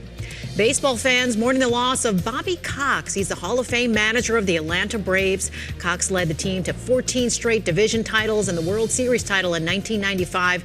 Cox also played professionally for the New York Yankees during the 1968 and 69 seasons. He was 84. To the NHL playoffs, the Carolina Hurricanes, well, they completed a second-round sweep of the Philadelphia Flyers last night with a 3-2 overtime win. The Colorado Avalanche, they lost to the Minnesota Wild 5-1. Tonight, the Buffalo Sabres, they take on the Montreal Canadiens, and the Vegas Golden Knights battle the Anaheim Ducks. Got to get to NBA playoff action yesterday. The Oklahoma City Thunder, they beat the Los Angeles Lakers. The Cleveland Cavaliers, they topped the Detroit Pistons. Today, though, the big game, the Knicks have a chance to sweep the series when they play the 76ers at Philadelphia, 3:30 p.m. local time. That would be a nice Mother's Day gift. Plans. Yes. You've got that in the Take it in 4. Let's do first it. And then that? Yes. I will be rushing from brunch to the TV screen. The next game. What are you doing for Mother's Day? We'll get into that. I'm not going to reveal that. All right. Well, I'm calling There'll mine be from brunch afar. as well. That's all I've got. That's all I've got. Oh, yeah. With All right. just 6 months until a crucial midterm election for Democrats, how does the party leverage itself in this moment? Joining us now, former President Biden's senior advisor, John McCarthy. I should say we had a former Trump administration official booked, scared to be on with John McCarthy. I'm just kidding. There was an emergency. He's unable to be with us this morning. John, great to have you with us. You're holding down the fort solo today. I'm happy to argue against myself as a Democrat. So it's kind of like it's a tradition of my party. We'll get very meta here. You heard Joe Gruters talking, the head of the RNC, just a few moments ago, about the polling number that we took him through. He was dismissive of polling broadly. But what do Democrats make of those numbers, the approval numbers principally, and how do they build the campaign from there, looking at the headline numbers, but all the other deficits that they're seeing in those polling numbers right now? You know, I think the Democrats have to do a couple exercises here. There's the old tradition that all politics is local. I think that's getting increasingly untrue when it comes to House elections. As we look towards the midterms, I mean, a lot of these House Democrats are being told by people in their districts that they need to put up a fight against Donald Trump. So these races have become incredibly nationalized. So you'll hear that across the board. I will say the wind is in our favor. I think the Democrats are going to have a very good turnout in the House come November. But I think that there's another exercise that needs to happen, that once we get into that majority, what are we going to do with it? Because the Democratic brand is also still in the tank. People don't like us, but they don't like him more. And that's not a sustainable path for the party going forward. So for the folks who might take over our party and be our titular head come 2028, I'm looking to see what those folks are doing in the midterms.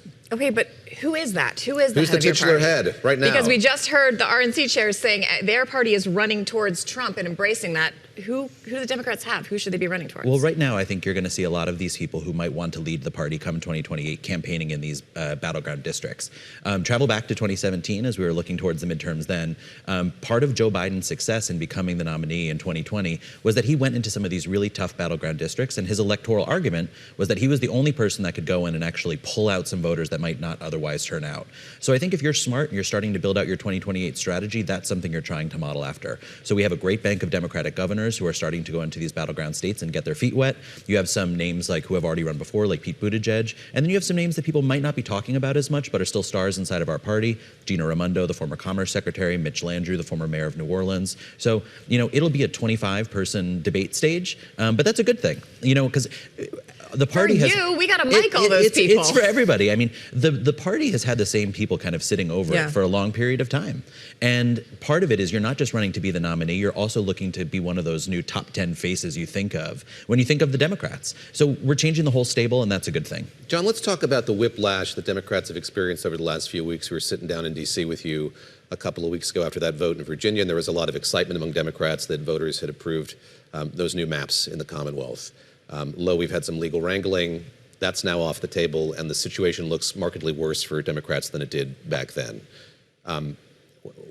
What have these 2 weeks been like? But how do you pick up the pieces going forward if that plan, as Democrats hope would come to effect, isn't going to be in effect? Yeah, can you beat those maps? Yeah, I mean, I'm a campaign person by training, and I've always thought from the very beginning that the best strategy is beat them the old-fashioned way, and that's at the ballot box. And I think that certainly Democrats can. Democrats remain up on the generic ballot by almost 10 points. When you look at these individual districts, if you look across the kind of D-TRIP targeted red to blue districts, Democrats are overperforming. Democrats have overperformed in 95% of the special elections since Donald Trump became president. So the wind is certainly, in our favor. I will say, obviously, Democrats didn't want this fight when it came to redistricting. But the thing that I will say is we're fighting fire with fire. And we're saying that if you put us in the majority, we're going to do what we have always advocated for. Democrats have every single time, every single Congress in recent history, put forward plans for independent redistricting reform. They've put forward plans to take, big money out of politics. So we're going to do whatever we need to do to get into that majority, because right now we don't have a lever of power. But, we've told the American people what we will do with it. You talked about some of the things Joe Biden did to try to coalesce voters and get people to the polls. But for Democrats running again now, that Biden legacy is not a good thing. And there was an article out this week talking about the Biden bros and people from his administration who are still very prominent in the media and are kind of an echo of this administration and a reminder of things people didn't like about the last Democratic administration. Do you agree with that? I know you read it. We talked about it in the break. What's your take on this? I think that's a pretty broad brush. And I would say a few things. There's a difference between people thinking the president should have run again and whether or not they like Joe Biden. And I think that one of the things that the media often gets wrong when they talk about this is that the base of our party still likes Joe Biden. And I think that there's a key coalition around the president of white working class voters, the people who have been the traditional base of the Democratic Party. Do you have numbers to back that up? I hear from a lot of Democrats just anecdotally that they are still frustrated with how that all played out. I think that there's a difference between people who are sitting and saying, do we want a national figure to come in and campaign in our district? I don't think people want Hillary Clinton coming in. I don't think they want Joe Biden coming in. In some cases, they might want President Obama. But, people aren't looking to necessarily nationalize their race by being tied to the National Democratic brand. Because as I mentioned, that brand has already decreased. Yeah. So, but, there is still a lot of warmth and affinity for there. And part of this come election day is not just pulling out the swing voters, but also making sure that you're able to pull out your party apparatus, your, local party leaders, your volunteers, the people who are going to go door knocking for you. Those people still have affinity for the former presidents and former leaders of our party. Let me wrap up here by asking about the big money that you mentioned a moment ago. And we've heard from Steve Roth of Vornado, Ken Griffin of Citadel, really critical of rhetoric from Mayor Mondani here in New York about taxes he wants to put on the rich in the city, this pied-à-terre tax that Governor Hochul revealed over the course of the last week. I'll just quote a bit from Steve Roth here saying, I must say I consider the phrase tax the rich when spit out with anger and contempt by politicians, both here and across the country, to be just as hateful as some disgusting racial slurs. How do you react to that, and how much voice do you give, again, that kind of more insurgent part of the Democratic Party base going into 2028? There is a hunger, I think, for many Democrats to have more of that. I mean, kind of read the room, pal. I mean, to sit and say, out of the gate that, this is as bad as a racial slur is kind of an insane thing to say. It's overheated and it's pretty unhelpful. But I do think that, when you step back and actually look at the situation, right, 10% of the country, holds 2/3 of the wealth. That is problematic. There's no way that you can actually look at that and say that that is a level playing field. So when people like this sit and try and look for some sympathy, they're certainly not going to get it.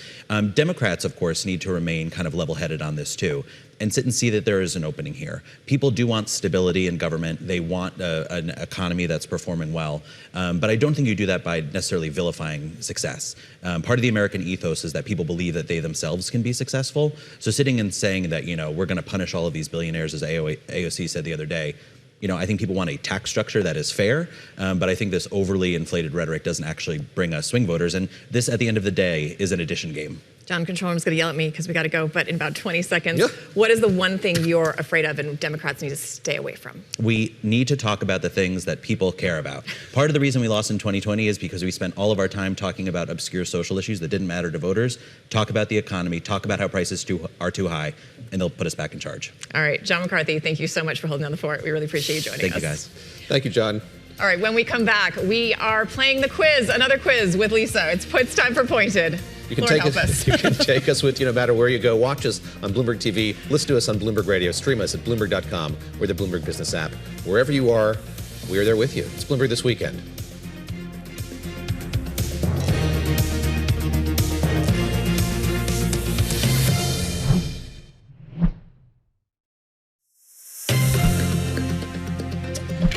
Well, it's time for this weekend's Pointed News Quiz. I'm excited, as always, to see how I fare. I know you're excited as well. Let's go to Lisa Mateo, who has the categories. I won the one yesterday. I feel like this one is going to go your way. But Yes, let's the see. unofficial Pointed News Quiz. I don't know if it counts. Quasi-pointed. Yeah, that's why I didn't invest so much into it. Yeah, that's the reason. Yeah. All right, Lisa, what torture do you have for us today? Okay, so for those of you playing at home, maybe you're not familiar with the game. Okay, so we have 3 different categories. They each have 10 chips in groups of 3, so 30 chips total in front of them. They will base their bets on each category. So if they feel comfortable about the first one, you can maybe put 10, maybe you want to put 20. Depending on which, you have your whiteboards and you write your answers there. Are you ready for your categories? In the past I've not put 10 on each, and it's screwed me over I always in the end. split, so I'm just going to split. I'm going to do 10. Evenly. This 10, is the 10, 10. strategy Yeah, I think it moving is. I kind of forward. watched her success week after week, and I'm going to try to I think he's on emulate to. I think he's on to you, Yeah. Christina. Okay, Okay. let's get to the feeling, Lisa. All right, let's go. categories. The first one is Ted Turner. Ted Turner. The second is pharmaceuticals, and the third is finance. Great categories all. Good categories. Are you ready for let's do it. Ted Turner? Ted Turner, Okay, here's your the late question. Ted Turner. For those of you playing at home, why not? There's no multiple choice for you if you're playing right now. Ted Turner's idea to broadcast a local station to a broader range of cable systems started a new TV concept called what? Oh. What is this TV concept? New TV.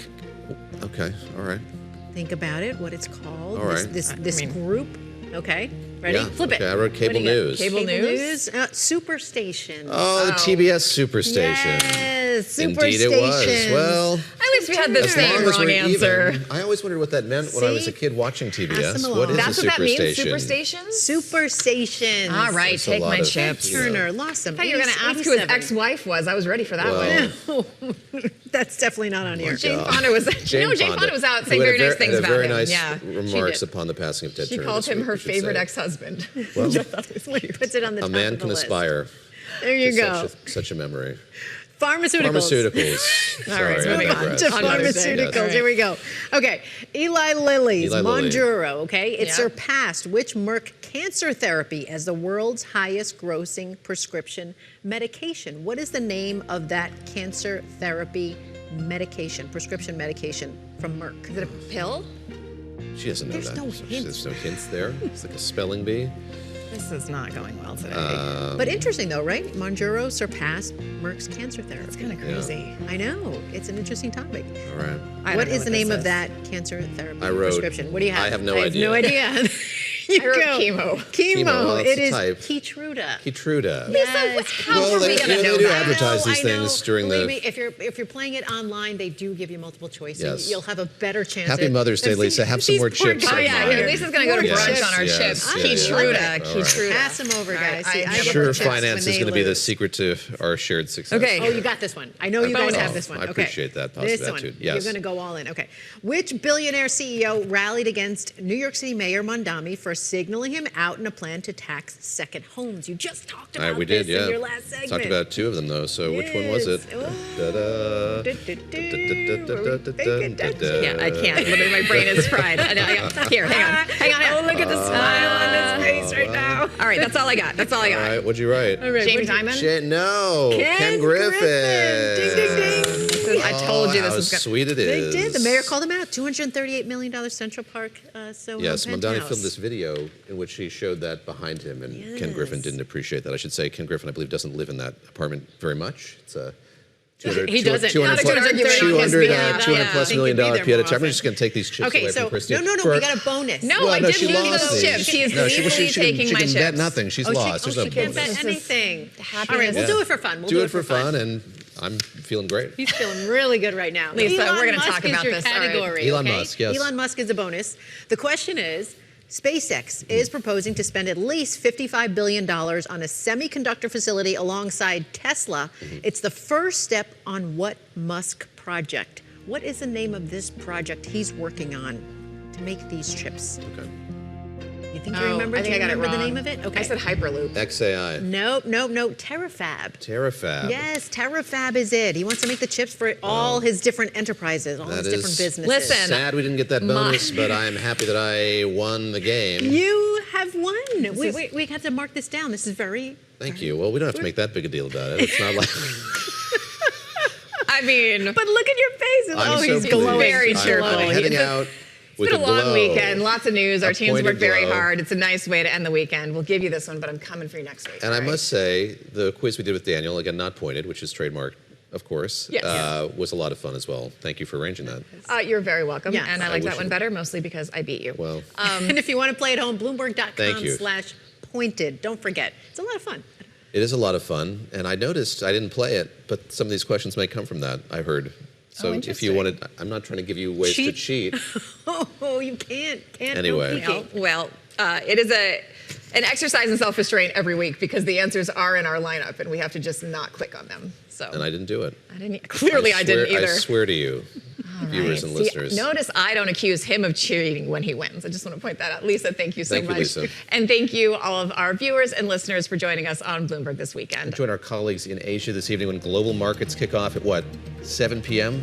Something like that. Eastern time. Tune in. I'm Christina Ruffini. I'm David Gura, along with Lisa Mateo. We'll be back with you Saturday, 7 o'clock Eastern time for our audience on Bloomberg TV. The Michelle Hussein Show starts right now. And we want to leave you on this Mother's Day with some photos of some of our moms for our team at Bloomberg this weekend. Have a great Sunday.